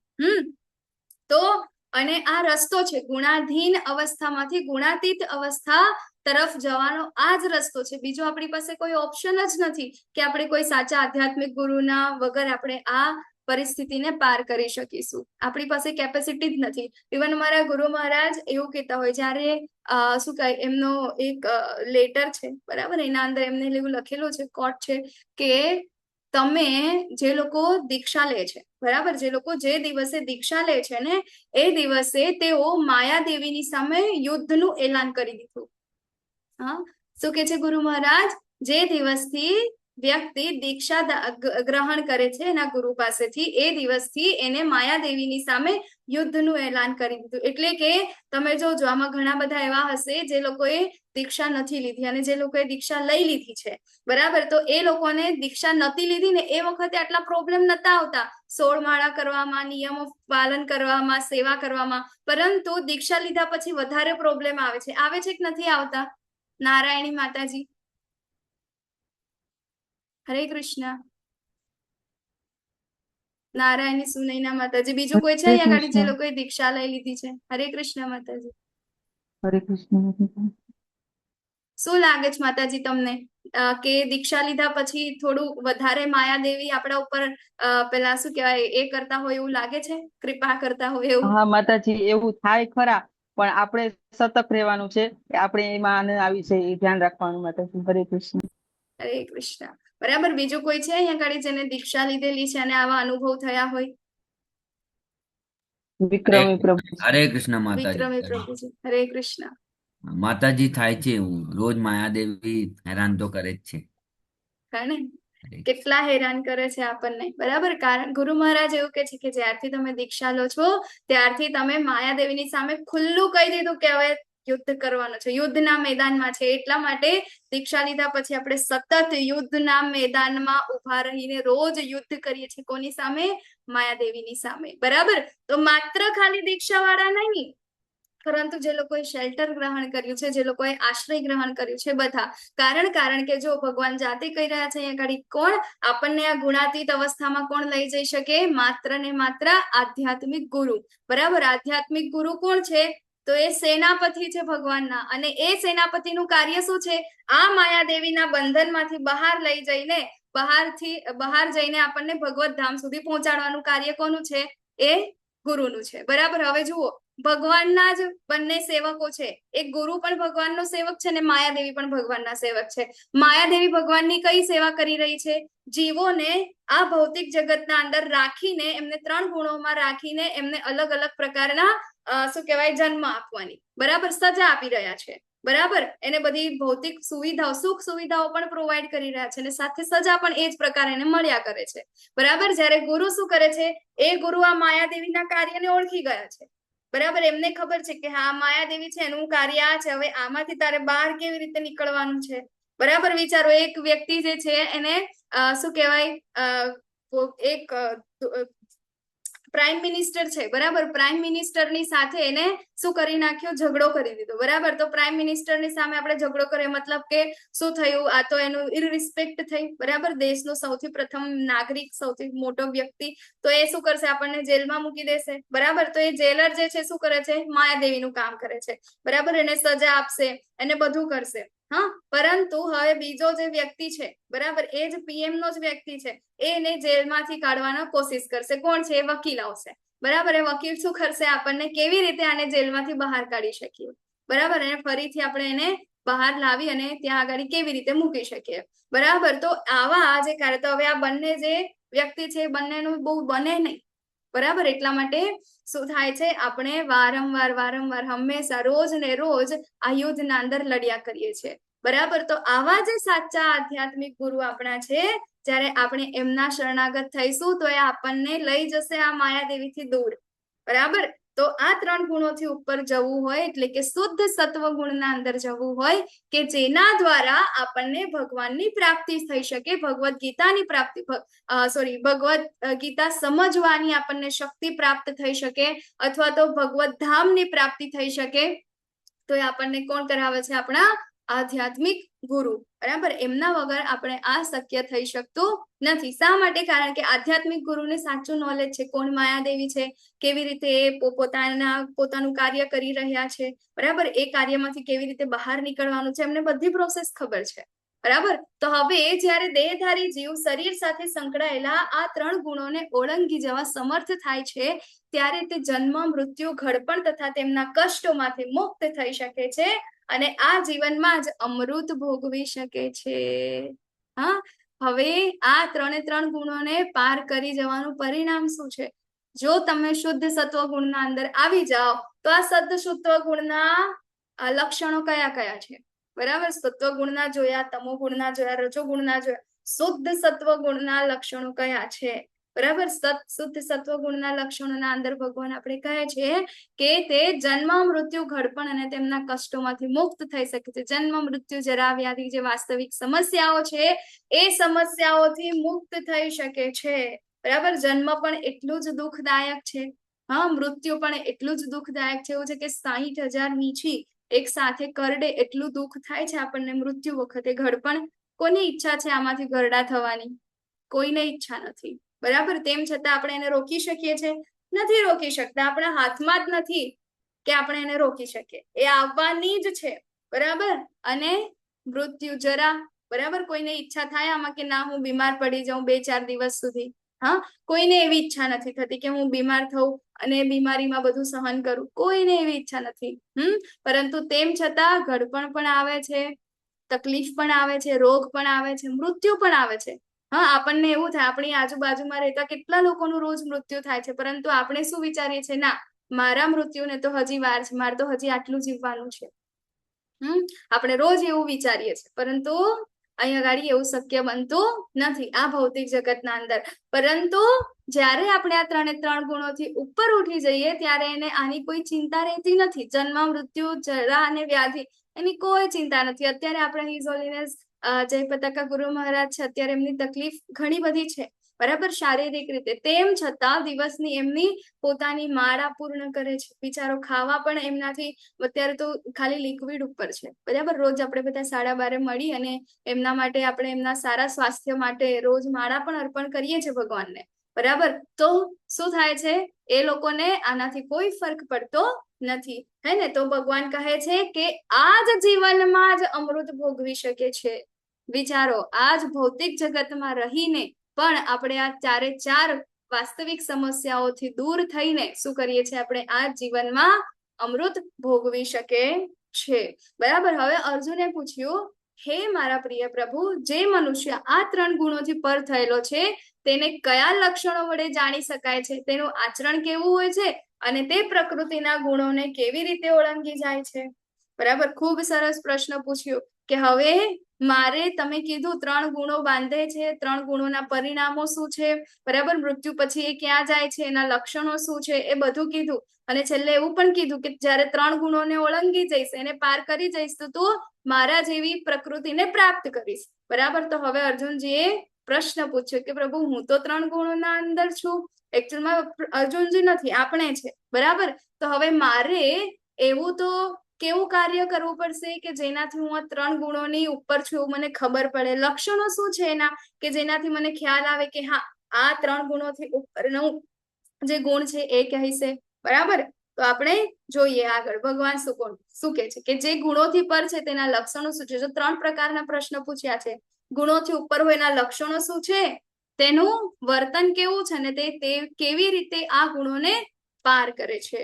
બરાબર, તો હવે પૂર્ણ પુરુષોત્તમ પરમેશ્વર બોલ્યા, હે પાંડુ પુત્ર, જે મનુષ્ય પ્રકાશ, આસક્તિ તથા મોહ ઉપસ્થિત હોય ત્યારે તેની ઘૃણા કરતો નથી કે ન હોય ત્યારે તેની આકાંક્ષા રાખતો નથી. બરાબર, આપણે પ્રકાશ, આસક્તિ અને મોહ ની ઉપસ્થિતિ હોય ત્યારે તેની ઘૃણા પણ કરતો નથી. એટલે શું, એને ભલે ગમે તેટલી વેલ્થ મળી જાય, બરાબર, ગમે તેટલું ધનમ જનમ સુંદરી જેટલું પણ બધું મળી જાય, પરંતુ એનાથી એને આસક્તિ રહેતી નથી. અને ના હોય તો પછી એની ઈચ્છા પણ નથી રહેતી. બરાબર, જેમ કે આપણે જોઈએ, એક વાર શ્રીલ પ્રભુપાદ છે, બરાબર, પ્રભુપાદને કોઈ કે પેલા ઇન્ટરવ્યુ લેતા હતા એ વખતે બધા, તો ત્યારે એમને પૂછ્યું, પ્રભુપાદ પાસે બહુ મોટી મોટી ગાડીઓ હતી, બરાબર, કે રોલ્સ રોય ને આ તે બધું. બરાબર, તો એમને પૂછ્યું કે સ્વામીજી, તમારી પાસે આ બધી ગાડીઓ છે અને તમે તો એક સ્વામી છો, તો તમારે તો સાદું જીવન જીવવું જોઈએ. બરાબર, તો જે આપણા શ્રીલ પ્રભુપાદ છે એમને ખૂબ સરસ એમને એવો જવાબ આપ્યો કે આ જે મારી પાસે છે એ હા છે, બરાબર, અને આ ભક્તોની કૃપા દ્વારા છે, ભગવાનની કૃપા દ્વારા છે, પરંતુ આના અંદર મારું કાંઈ નથી. બરાબર, એ જે છે એ બધું ભગવાનનું છે, અને આનો ઉપયોગ પણ શેના અંદર થાય છે, ભગવાનના કાર્યમાં થાય છે. બરાબર, જે પેલા શું કહેવાય, એ લોકો આયા હતા એમનો ઇન્ટરવ્યુ લેવા માટે, બરાબર, તો એ લોકો સ્તબ્ધ થઈ ગયા. અને પ્રભુપાદ કે છે, કેમ તમને કે અમારી પાસે આ બધી વસ્તુઓ છે તો તમને એ જોઈને જેલેસી થાય છે કે તમારી પાસે નથી, એટલા માટે તમે આ પ્રશ્ન પૂછો છો?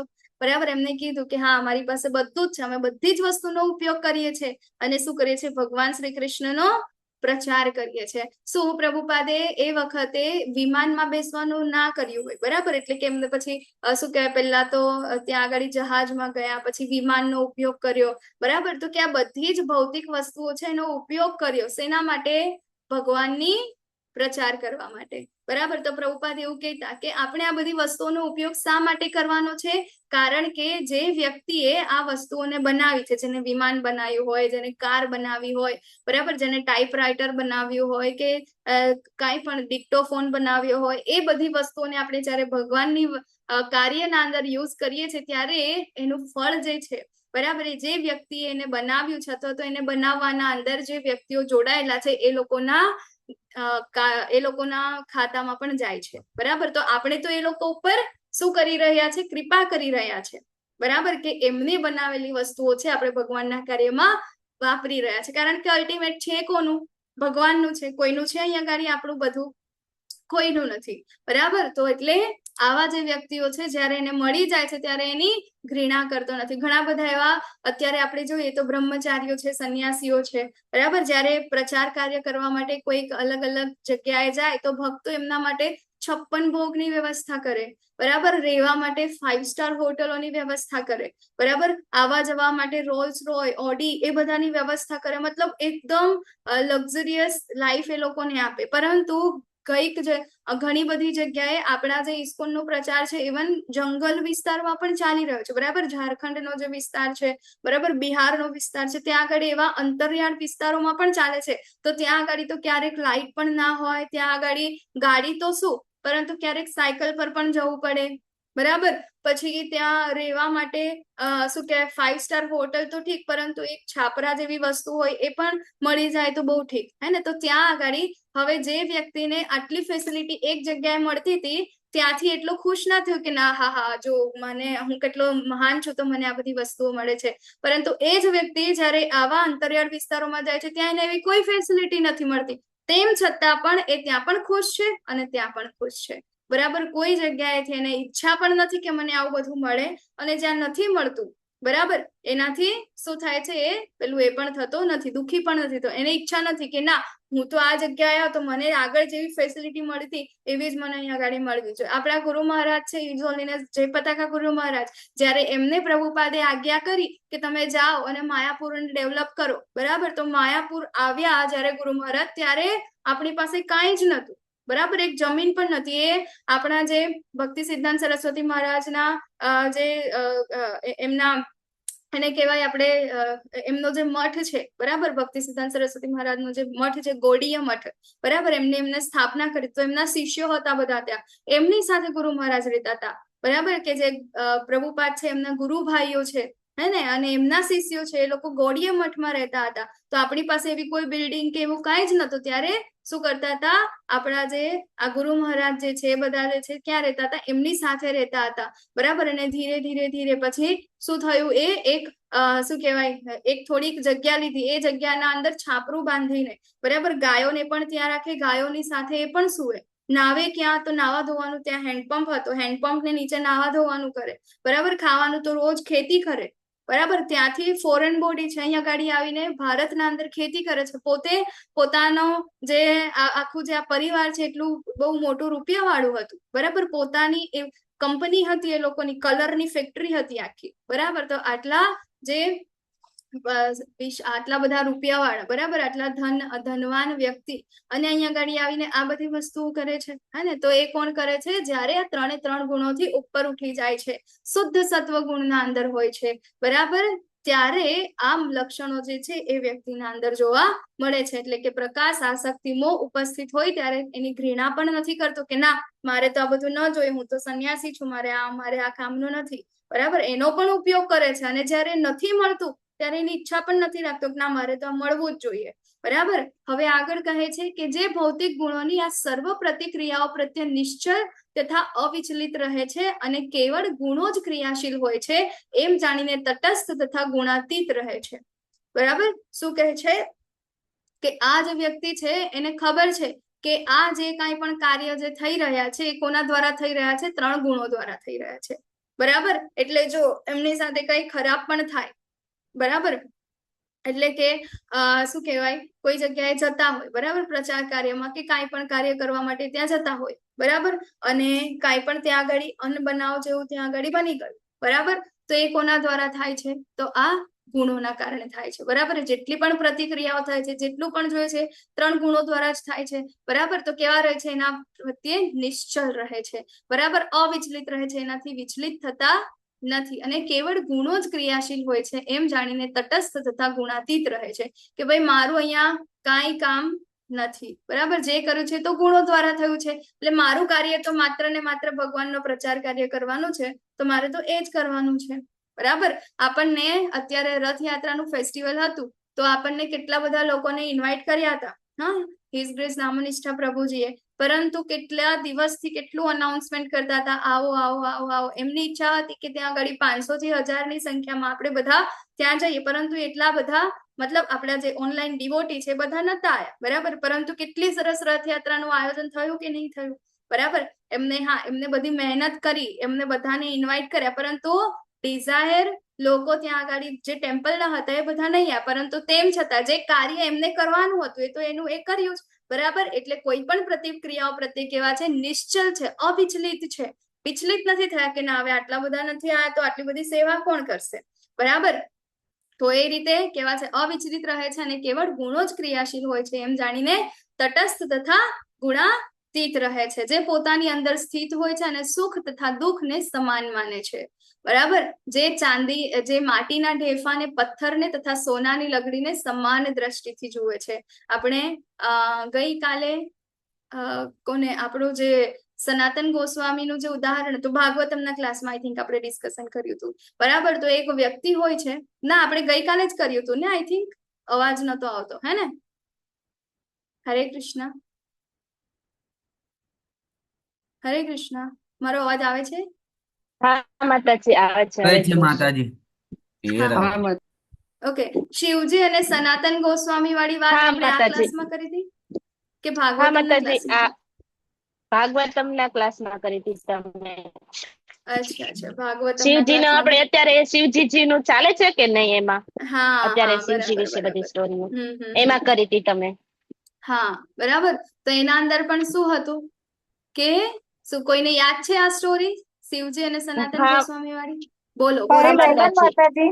ફરીથી લઈ લો. શિવજી પાસે તે માગવા જાય છે ને એ વસ્તુ, તો એમ કે છે કે હું તને એ ભક્ત પાસે મોકલું છું, તું એની પાસે જે તું માગીશ ને એ એની પાસે છે. તો એ શિવજી એની પાસે સનાતન ગોસ્વામી પાસે મોકલે છે. તો ઈ એમ કે છે કે સામે કૂડો છે ને, ત્યાં ઈ વસ્તુ પડી છે, તારે જોતી હોય તો લઈએ. તો ત્યાં ઈ જાય છે ને તો પારસમણી પડ્યો હોય છે. તો એ પારસમણી લે છે ને, જેને અડાડે તે સોનું બની જાય છે. પછી એને વિચાર આવે છે કે આવી કિંમતી વસ્તુ છે તો આ કુડાદાનમાં કેમ પડી છે, કે આનથી પણ કિંમતી વસ્તુ હશે એ એની પાસે હશે, એટલે આ વસ્તુ એને અહીં નાખી દીધી છે. એટલે તે પાછો સનાતન ગોસ્વામી પાસે જાય છે અને કે છે કે આ કરતા વધારે કિંમતી તમારી પાસે શું પડ્યું છે? તો એમ કે છે કે હું તને એ કિંમતી વસ્તુ આપું, પણ તું પેલા આ જે પારસમણી છે ને કે તું સરોવરમાં ના ફેંકે. એટલે એ પછી સરોવરમાં ફેંકવા જાય છે અને પછી તે આવે છે ને તો તેને હરે કૃષ્ણ મહામંત્રની માળા કરવાનું કહે છે. હરે કૃષ્ણ માતાજી. અને એ કિંમતી વસ્તુ. થેન્ક યુ માતાજી. બરાબર. તો શું હતી એની ચર્ચા? એક શિવજીનો મહાન ભક્ત હતા, બરાબર. અને શિવજી પાસે વરદાન માંગવા જાય છે કે મને એવી અમૂલ્ય વસ્તુ આપો કે જેનાથી મારા જીવનના બધા દુઃખ જતા રહે, બરાબર. તો શિવજી શું કરે છે, એમને સનાતન ગોસ્વામી પાસે મોકલે છે. સનાતન ગોસ્વામી કોણ છે? આપણા આચાર્યગણ છે, બરાબર. આપણા જે ષડ ગોસ્વામીઓ છે એમાંના એક સનાતન ગોસ્વામી છે, અને એમની પાસે મોકલે છે કે તમને જે ઈચ્છા જોઈએ છે ને એ આમની પાસે મળી જશે. એટલે સનાતન ગોસ્વામી પાસે જાય છે અને કહે છે કે મને શિવજી એ તમારી પાસે જઈ અને આ અમૂલ્ય વસ્તુ મને આપવાનું કીધું છે, બરાબર. તો એ સનાતન ગોસ્વામી સમજી ગયા કે આ ભૌતિક વસ્તુ લેવા માટે આવ્યા છે. તો એમને શું કર્યું, એક પારસમણી હતું એમની પાસે, બરાબર. તો એમને કીધું કે આ બહાર કુડાદાન છે એમાંથી લઈ લો. તો પેલો વ્યક્તિ કે અરે આટલી સરસ વસ્તુ, એને અડાડીને જોયું તો હા, જેને અડાવે એ બધું સોનું બની જાય, બરાબર. તો એમને કીધું આટલી અમૂલ્ય વસ્તુ તમે કચરા પેટીમાં રાખી મૂકો છો એમ, બરાબર. બુદ્ધિમાન હતો ને વ્યક્તિ, બરાબર. ગુજરાતી હોય, ગુજરાતી શું કરે, તમને કોઈ વ્યક્તિ એવું કે આટલા રૂપિયામાં આ વસ્તુ લેવાની છે, એટલે એને એવું થતું હશે જો એ મને આટલા રૂપિયામાં આપે તો એને કેટલામાં મળતી હશે, એને કેટલો ફાયદો થતો હશે, બરાબર. તો આપણે છેક મૂળ કિંમતમાં આપણે લેવાની આગ્રહ રાખીએ, બરાબર, કે આનાથી વધારે શું હશે. તો એવો જે બુદ્ધિમાન વ્યક્તિ હતો અને પાછો એને પૂછવા ગયો કે તમારી પાસે અમૂલ્ય વસ્તુ આ છે જે કચરા પેટી પડી છે, મતલબ નક્કી તમારી પાસે આનાથી પણ અમૂલ્ય વસ્તુ છે જે તમે મને આપી રહ્યા નથી, બરાબર. અને શિવજીએ મને કીધું છે કે તમારે મને અમૂલ્ય વસ્તુ આપવાની, તો આનાથી પણ અમૂલ્ય વસ્તુ છે જે તમારે મને આપવાની છે, ક્યાં છુપાવી છે, લાવો બતાવો, બરાબર. ત્યારે સનાતન ગોસ્વામી કે છે સારું, એક કામ કરો, તમારી પાસે જે તમને અત્યારે મળ્યું છે ને, તમે આ માનસી ગંગા છે ને, વૃંદાવનમાં માનસી ગંગા છે, બરાબર. તો વૃંદાવનમાં હતા એ, તો શું કરે છે, માનસી ગંગામાં ફેંકી આવો, તમને હું આપું છું એ, બરાબર. આનાથી પણ અમૂલ્ય વસ્તુ, બરાબર. તો માતાજીએ કીધું એમ કે જયારે પછી ત્યાંથી આવે છે ત્યારે એમને હરે કૃષ્ણ કૃષ્ણ કૃષ્ણ હરે હરે, હરે રામ રામ રામ હરે હરે નો આ મહામંત્ર આપે છે અને શું કરે છે, ભક્ત બનાવે છે કે આનાથી અમૂલ્ય વસ્તુ તો કાંઈ જ નથી, બરાબર. એનાથી જ સતચિત્ત આનંદ આપણને પ્રાપ્ત થઈ શકે છે, બરાબર. તો આવા જે ભગવાનના ભક્તો છે એ માટીનો ઢેફો હોય, પથ્થર હોય અથવા તો સોનાની લગડી હોય, બધાને કેવી રીતે જોવે છે, સમાન દ્રષ્ટિને, કે શું આ તો ભૌતિક વસ્તુ છે, આ મારા કોઈ કામની નથી, બરાબર. સોનું હોય, પારસમણી હોય, ડાયમંડ હોય કે કાંઈ પણ હોય, બરાબર, મારે આનું કોઈ કામ નથી. જે અનુકૂળ તથા પ્રતિકૂળ પ્રતિ સમાન રહે છે. બરાબર, કોઈ શું કહેવાય, કોઈ જગ્યાએ જાય છે અથવા તો એવી પરિસ્થિતિનું નિર્માણ થાય છે કે જે ડિઝાયરેબલ નથી, એની ઈચ્છા નથી, બરાબર, કે આવું હોવું જોઈએ, તેમ છતાં એવું બને છે, તો એને એનાથી કોઈ લેવા દેવા હોતા નથી. બરાબર, પછી માન અપમાનમાં સમાન ભાવે રહે છે, શત્રુ તથા મિત્ર પ્રત્યે સમાન વ્યવહાર કરે છે. હવે આવું જુઓ, પ્રતિકૂળ અને અનુકૂળ પરિસ્થિતિમાં સમાન રહે છે. કોઈ ઉદાહરણ યાદ આવે છે આમાં? માન અપમાનમાં સમાન વ્યવહાર કરે. ભાગવતમના અંદર ઘણા બધા ઉદાહરણ આવે છે. ઇવન લેવલ 1 ના અંદર આપણે ઘણા બધા ઉદાહરણ લઈએ છીએ. હા અમરીશ મહારાજ નું ઉદાહરણ આવે ને કે જયારે હા દુર્વાસા મુનિ એનું અપમાન કરે છે અને ત્યારે તે હાથ જોડીને સમાન ભાવે ઉભું રહે છે અને કાંઈ પ્રતિકૂળ પણ નથી આપતા એને અને અનુકૂળ હા પણ નથી થતા. પછી વેરી આપણે ગુડ. પ્રહલાદ મહારાજ નું ઉદાહરણ લઈએ છીએ. પ્રહલાદ હિરણ્યકશિપુ મહારાજ. છે તે તેને મારે છે અને તેનું અપમાન કરે છે, તો એ પ્રતિકૂળ કે અનુકૂળ બે માં જ સમાન હોય છે. બરાબર, તો હિરણ્યકશિપુ આપણે શું કહેવાય, હિરણ્યકશિપુ કેટલું બધું આપે છે. એટલે પ્રહલાદ મહારાજ, અમરીશ મહારાજ, બરાબર, પછી ધ્રુવ મહારાજ, હે ને, ધ્રુવ મહારાજ ને પણ ઠપકો મળે છે, પરંતુ પછી શું કરે છે, ભગવાનની ભક્તિના અંદર એને શું કરે છે, ભગવાનની ભક્તિમાં યુઝ કરે છે, હે ને. તો આવા ઘણા બધા એવા ઉદાહરણ છે કે જેના અંદર આપણે જોઈએ કે આ જે છે ચિત્રકેતુ મહારાજ, બરાબર, સોરી, ચિત્રકેતુ મહારાજ નહીં, એક તો અમરીશ મહારાજ અને બીજા બલિ મહારાજ, બરાબર. બલિ મહારાજની આગળ પણ જયારે વામન દેવતા આવ્યા, બરાબર, તો એમને શું માંગી લીધું વામન દેવતાએ બલિ મહારાજ પાસેથી? ત્રણ પગલા જમીન. અને 3 પગલા જમીન માંગી લીધી, અને 3 પગલા જમીનમાં તો બલિ મહારાજે જેટલું પણ સામ્રાજ્ય ભેગું કર્યું તો એ બધું સામ્રાજ્ય આવી ગયું, બરાબર. અને શું કર્યું, એમને ત્યાંના દાસ બનાવી દીધા, બરાબર, કે હવે તમે આની રખેવાળી કરો. હા, પરંતુ આ બધું છે કોનું? માલિક કોણ બની ગયા? ભગવાન બની ગયા, બરાબર. તો એને પણ એમને શું કેવી રીતે લીધું? ભગવાનની સેવા માટે લીધું, બરાબર. તો આવું કોઈ પણ અનુકૂળ પ્રતિકૂળ પરિસ્થિતિના અંદર એ લોકો વિચલિત થતા નથી. માન અપમાનમાં સમાન ભાવે રહે છે, શત્રુ અને મિત્રો પ્રત્યે સમાન વ્યવહાર કરે છે. પ્રહલાદ મહારાજ છે, બરાબર, એમને જયારે હિરણ્યકશિપુ આવ્યા એમના પિતાને મારવા માટે, બરાબર, અને મારી નાખ્યા, એના પછી પ્રહલાદ મહારાજ જે છે એ ભગવાનની પાસે પ્રાર્થના કરે છે કે હે પ્રભુ, આમનો તમે ઉદ્ધાર કરો, બરાબર. વિચારો, જેને મારવા માટે એમના પિતાએ, પોતાના પિતા જ કેટલું બધું કર્યું, અને તેમ છતાં ભગવાનની સામે શું માંગે છે? હા, એમનો ઉદ્ધાર માંગે છે, બરાબર. અને જેને સર્વ દુન્મયી કાર્યોનો પરિત્યાગ કર્યો છે, આવા મનુષ્યને પ્રકૃતિના 3 ગુણોથી પર માનવો જોઈએ, બરાબર. આ લક્ષણો છે 3 ગુણોથી ઉપરના વ્યક્તિના. તો આપણે પણ હજી આ બધા ગુણોમાં નથી, પરંતુ આપણે ટ્રાય તો કરી શકીએ ને આ ગુણોમાં આવવાનું, બરાબર. તો આપણે પણ અવશ્ય શું કરવું જોઈએ? પ્રયાસ કરવો જોઈએ. હવે જે મનુષ્ય સર્વ સંજોગોમાં ચૂક્યા વગર મારી અવિચળ ભક્તિમાં પરોવાયેલો રહે છે, તે તરત જ ભૌતિક પ્રકૃતિના ગુણોને ઓળંગી જાય છે. હવે જો આ લક્ષણો તો આપણને કયા, પરંતુ આ લક્ષણો ડેવલપ કરવા માટેનું એક ચાવી આપી ભગવાને અહીંયા. શું આપી છે? કેવી રીતે ડેવલપ કરી શકીશું? માત્ર ને માત્ર ભક્તિ દ્વારા, બરાબર. ભક્તિ યોગેના સેવતે. અને કેવી ભક્તિ કરવાની છે? અવ્યભિચારી ન, બરાબર. વ્યભિચાર કોને કહેવાય? બોલો, વ્યભિચાર કોને કહીશું આપણે? એટલે ભગવાનને મૂકીને આપણે દેવતા પાસે જવાનું, નહીં, સામાન્ય શબ્દોના અંદર આપણે જોઈએ વ્યભિચાર. ખાલી ભગવાન પાસે રહીએ તો હું તો એમને એમ જ શબ્દની વ્યાખ્યા માંગુ છું. વ્યભિચાર કોને કહેવાય? ખ્યાલ છે કોઈને? વ્યભિચાર એટલે શું? આપણા 4 નિયમોમાં પણ છે વ્યભિચાર ન કરવો. એટલે બીજા, એટલે એના કુસંગ પતિ કરવો, પત્ની છે કુસંગ એને કરવો, કુસંગ કરવો, મૂકીને. કુસંગ કરવો, કુસંગ કરવો, બરાબર. એક કરતા વધારે પાર્ટનર રાખવા, બરાબર. એક જ વ્યક્તિના અંદર આપણી જે શું કહેવાય, આપણી જે ભાવનાઓ એક વ્યક્તિ સાથે જોડાયેલી છે એના કરતા વધારે વ્યક્તિઓને, શેના માટે? પોતાની ઇન્દ્રિય તૃપ્તિ માટે એ વ્યક્તિઓને અલગ અલગ પાર્ટનર રાખવા, બરાબર. આને કહેવાય વ્યભિચાર, બરાબર. તો હવે આપણે ભગવાનના સાપેક્ષમાં જોઈએ, બરાબર, કે ભગવાનની સાથે આ વ્યભિચાર કેવી રીતે થઈ શકે?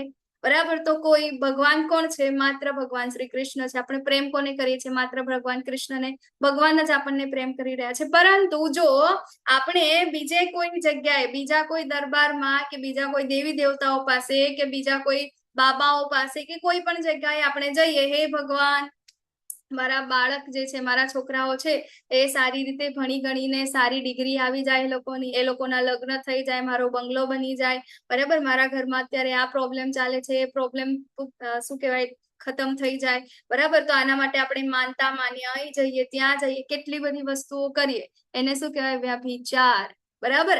અને ભગવાન આપણને કહે છે અવ્યભિચારેણ ભક્તિ યોગેન સેવતે.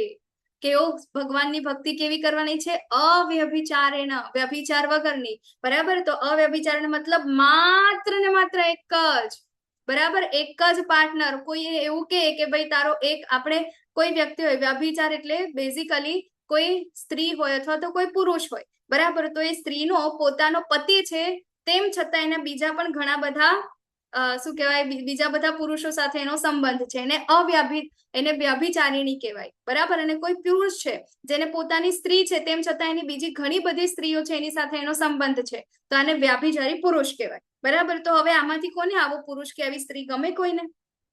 એની સમાજમાં સારી વાતો થાય કે ખરાબ વાતો થાય? ખરાબ વાતો થાય. ખરાબ વાતો થાય. ખરાબ વાતો થાય, બરાબર. અને જો એ વ્યક્તિ આવું હોય તો પછી શું એની ગતિ કેવી થશે? બધા લોકો એને કેવા શ્રાપ આપે અથવા તો શું એના વિશે વાતો શું થાય? શા માટે આ ખરાબ હોય? ખ્યાલ આવે છે કોઈને? વિશ્વાસઘાત કરે. વિશ્વાસઘાત કરે છે. વિશ્વાસઘાત, બરાબર, વિશ્વાસઘાત. અને આપણા શાસ્ત્રમાં તો ત્યાં સુધી લખેલું છે કે જે લોકો વ્યભિચાર કરે છે, બરાબર, એ લોકોને એવા રોગ થાય છે કે જે લોકોને કહેવામાં પણ શરમ આવે, બરાબર. તો એ લોકોની ગતિ બહુ ખરાબ થાય છે. સમાજના અંદર આવી વાતો થાય છે, બરાબર. અને એ સાચું છે. તો આવો જે વ્યભિચાર છે, વ્યભિચાર તો શાસ્ત્રમાં પણ આપણને નથી કર્યો, બરાબર. તો જ્યારે આપણા ભગવાન માત્ર એક જ છે, ભગવાન શ્રી કૃષ્ણ, પૂર્ણ પુરુષોત્તમ પરમેશ્વર, પરંતુ જ્યારે આપણે એમને છોડીને આપણી ઇન્દ્રિય તૃપ્તિ માટે બધી આપણે શું કહેવાય, લાલચો માટે બધી વસ્તુઓને પ્રાપ્ત કરવા માટે જ્યારે આપણે અલગ અલગ વ્યક્તિઓ પાસે જઈશું, અલગ અલગ દેવી દેવતાઓ પાસે જઈશું કે અલગ અલગ દરબારોમાં જઈશું, ત્યારે શું થઈ જશે? વ્યભિચાર થઈ જશે. અને ભગવાન કે છે કે અવ્યભિચારેણ, બરાબર. નરસિંહ મહેતા હતા, એમની પાસે કાંઈ જ હતું નહીં. ઘણા લોકોએ એમને કીધું કે તમે આવું કરો, આવું કરો, આવું કરો. એમને કઈ જ ના કર્યું. માત્ર ને માત્ર કોના ઉપર શરણાગતિ રાખી? માત્ર ને માત્ર ભગવાન શ્રી કૃષ્ણ ઉપર રાખી. આપણે મીરાબાઈ નું ઉદાહરણ જોઈએ છે, બરાબર. લગ્ન થઈ ગયા પરંતુ પતિ કોને માન્ય? માત્ર ને માત્ર ભગવાન શ્રી કૃષ્ણને, બરાબર. તો ગોપીઓ, બરાબર, ગોપીઓની આપણે વાત કરીએ, સર્વોચ્ચ ઉત્કૃષ્ટ ભક્તોના અંદર ગોપીઓની વાત આવે છે, બરાબર. ગોપીઓ એ ભગવાનની ઉત્કૃષ્ટ ભક્તો છે, બરાબર. તો ગોપીઓ પણ શું કરે છે? ખાલી એમના શરીર અહીંયા છે, મન શેમાં છે? ભગવાનમાં છે. જ્યારે ભગવાન વૃંદાવન છોડીને મથુરામાં જાય છે ત્યારે ગોપીઓની હાલત જોવા જેવી થઈ જાય છે. જોવાથી નથી, ઉદ્ધવ ત્યાં જાય છે ત્યારે એના અંદર વર્ણન આવે છે કે જ્યારે યશોદા માતા જે છે એમના ઘરેથી એક અલગથી એક નદી બની ગઈ હોય છે સિંહની આંસુઓની, બરાબર. ત્યાં એટલું બધું એ લોકો આક્રંદ કરે છે, રડે છે કે મારા કૃષ્ણ જતા રહ્યા, બરાબર. તો આવા જે ભક્તો છે એમને તો માત્ર કૃષ્ણ, એમના સિવાય બીજું કાંઈ એમને જોઈતું જ નથી, બરાબર. તો આવી અવિચળ ભગવાનની ભક્તિ જ્યારે આપણે કરીશું, તરત જ આ ભૌતિક પ્રકૃતિના 3 ગુણોને ઓળંગી જઈશું અને તે રીતે બ્રહ્મપદ સુધી પહોંચી જઈશું. બ્રહ્મપદ એટલે ભગવાનની જેવું, બરાબર. ભગવાનની જેવું એટલે સતચિત્ત આનંદ સ્વરૂપ આપણું, બરાબર. તો આપણે જોઈએ આપણા ઘણા બધા આચાર્યો પણ છે કે જે લોકોએ આ અવસ્થાને પ્રાપ્ત કરી છે, બરાબર. તો આપણા પ્રભુપાદ છે, બરાબર. આપણા કેટલા બધા ઇસ્કોનના ગુરુ મહારાજ છે, એ લોકોએ પણ ગયા હતા, બરાબર. તો ભગવાન પાસે પહોંચવાની આ ચાવી છે. કેવી રીતે પાર કરવાનું? તો સંપૂર્ણ ભક્તિમય સેવામાં વ્યસ્ત રહેવાનું છે. આખો દિવસ ભલે ને કાંઈ પણ થાય પરંતુ શું કરવાનું છે? ભગવાનની સેવામાં વ્યક્ત રહેવાનું છે. જો ભગવાનના સાપેક્ષમાં આપણે એ પણ કહીએ કે આપણે જયારે ભોગ બનાવે છે, કઈ પણ કાર્ય આપણે કૃષ્ણ ભાવનામૃતમાં હોય તો શું કરીએ છીએ? ભગવાનની માટે કરવાનું છે. પરંતુ ક્યારેક આપણને એવું થાય કે આપણે પોતાની ઇન્દ્રિય તૃપ્તિ માટે થઈ અને ભગવાનને સાઈડ કરી દઈએ તો એ પણ વ્યાભિચાર થયો, બરાબર. તો એ પણ શું છે, અવ્યાભિચારમાં ના આવે, એ પણ વ્યાભિચાર. એટલે બહુ ધ્યાનથી આપણે કાર્ય કરવા પડે, બરાબર. તો કેવું છે, સંપૂર્ણ ભક્તિમય સેવામાં વ્યસ્ત રહેવાનું છે. ઇમ્પોર્ટન્ટ છે વ્યસ્ત રહેવું. ફ્રી બેસવાનું જ નથી. આપણે ફ્રી થઈશું તો મોબાઈલ જોઈશું, ટીવી જોઈશું, રીલ્સ જોઈશું, બરાબર. ફ્રી નથી રહેવાનું, બરાબર. તમામ સંજોગોમાં દ્રઢ રહેવાનું છે. હે એક જ સમયે ભૌતિક પ્રકૃતિના ગુણોથી આગળ વધે છે અને આમ બ્રહ્મના સ્તર પર આવે છે. અને હું જ તે નિર્વિશેષ બ્રહ્મનો આશ્રય છું. એ ભગવાન કે છે કે બ્રહ્મપદ પ્રાપ્ત કર્યું, બરાબર. હવે આ બ્રહ્મ જાય છે ક્યાં, બરાબર. તો એ જાય છે ભગવાન પાસે, કારણ કે ભગવાન કે છે કે આ બ્રહ્મનો આશ્રય હું જ છું, બરાબર. અમરત્ય, અવિનાશી તથા સનાતન છે અને અંતિમ સુખની સ્વાભાવિક સ્થિતિ છે જીવ, બરાબર. આપણો જીવ છે એની આ સ્થિતિ છે, બરાબર. અમર છે, એ ક્યારેય મરતો નથી, અને અવિનાશી છે, સનાતન છે, અંતિમ સુખની સ્વાભાવિક સ્થિતિ છે, બરાબર. તો જીવનો પોતાનો મૂળ રૂપ અને એ છે સતચિત્ત આનંદ, ભગવાનની સાથેનો એક થઈ જવાનો.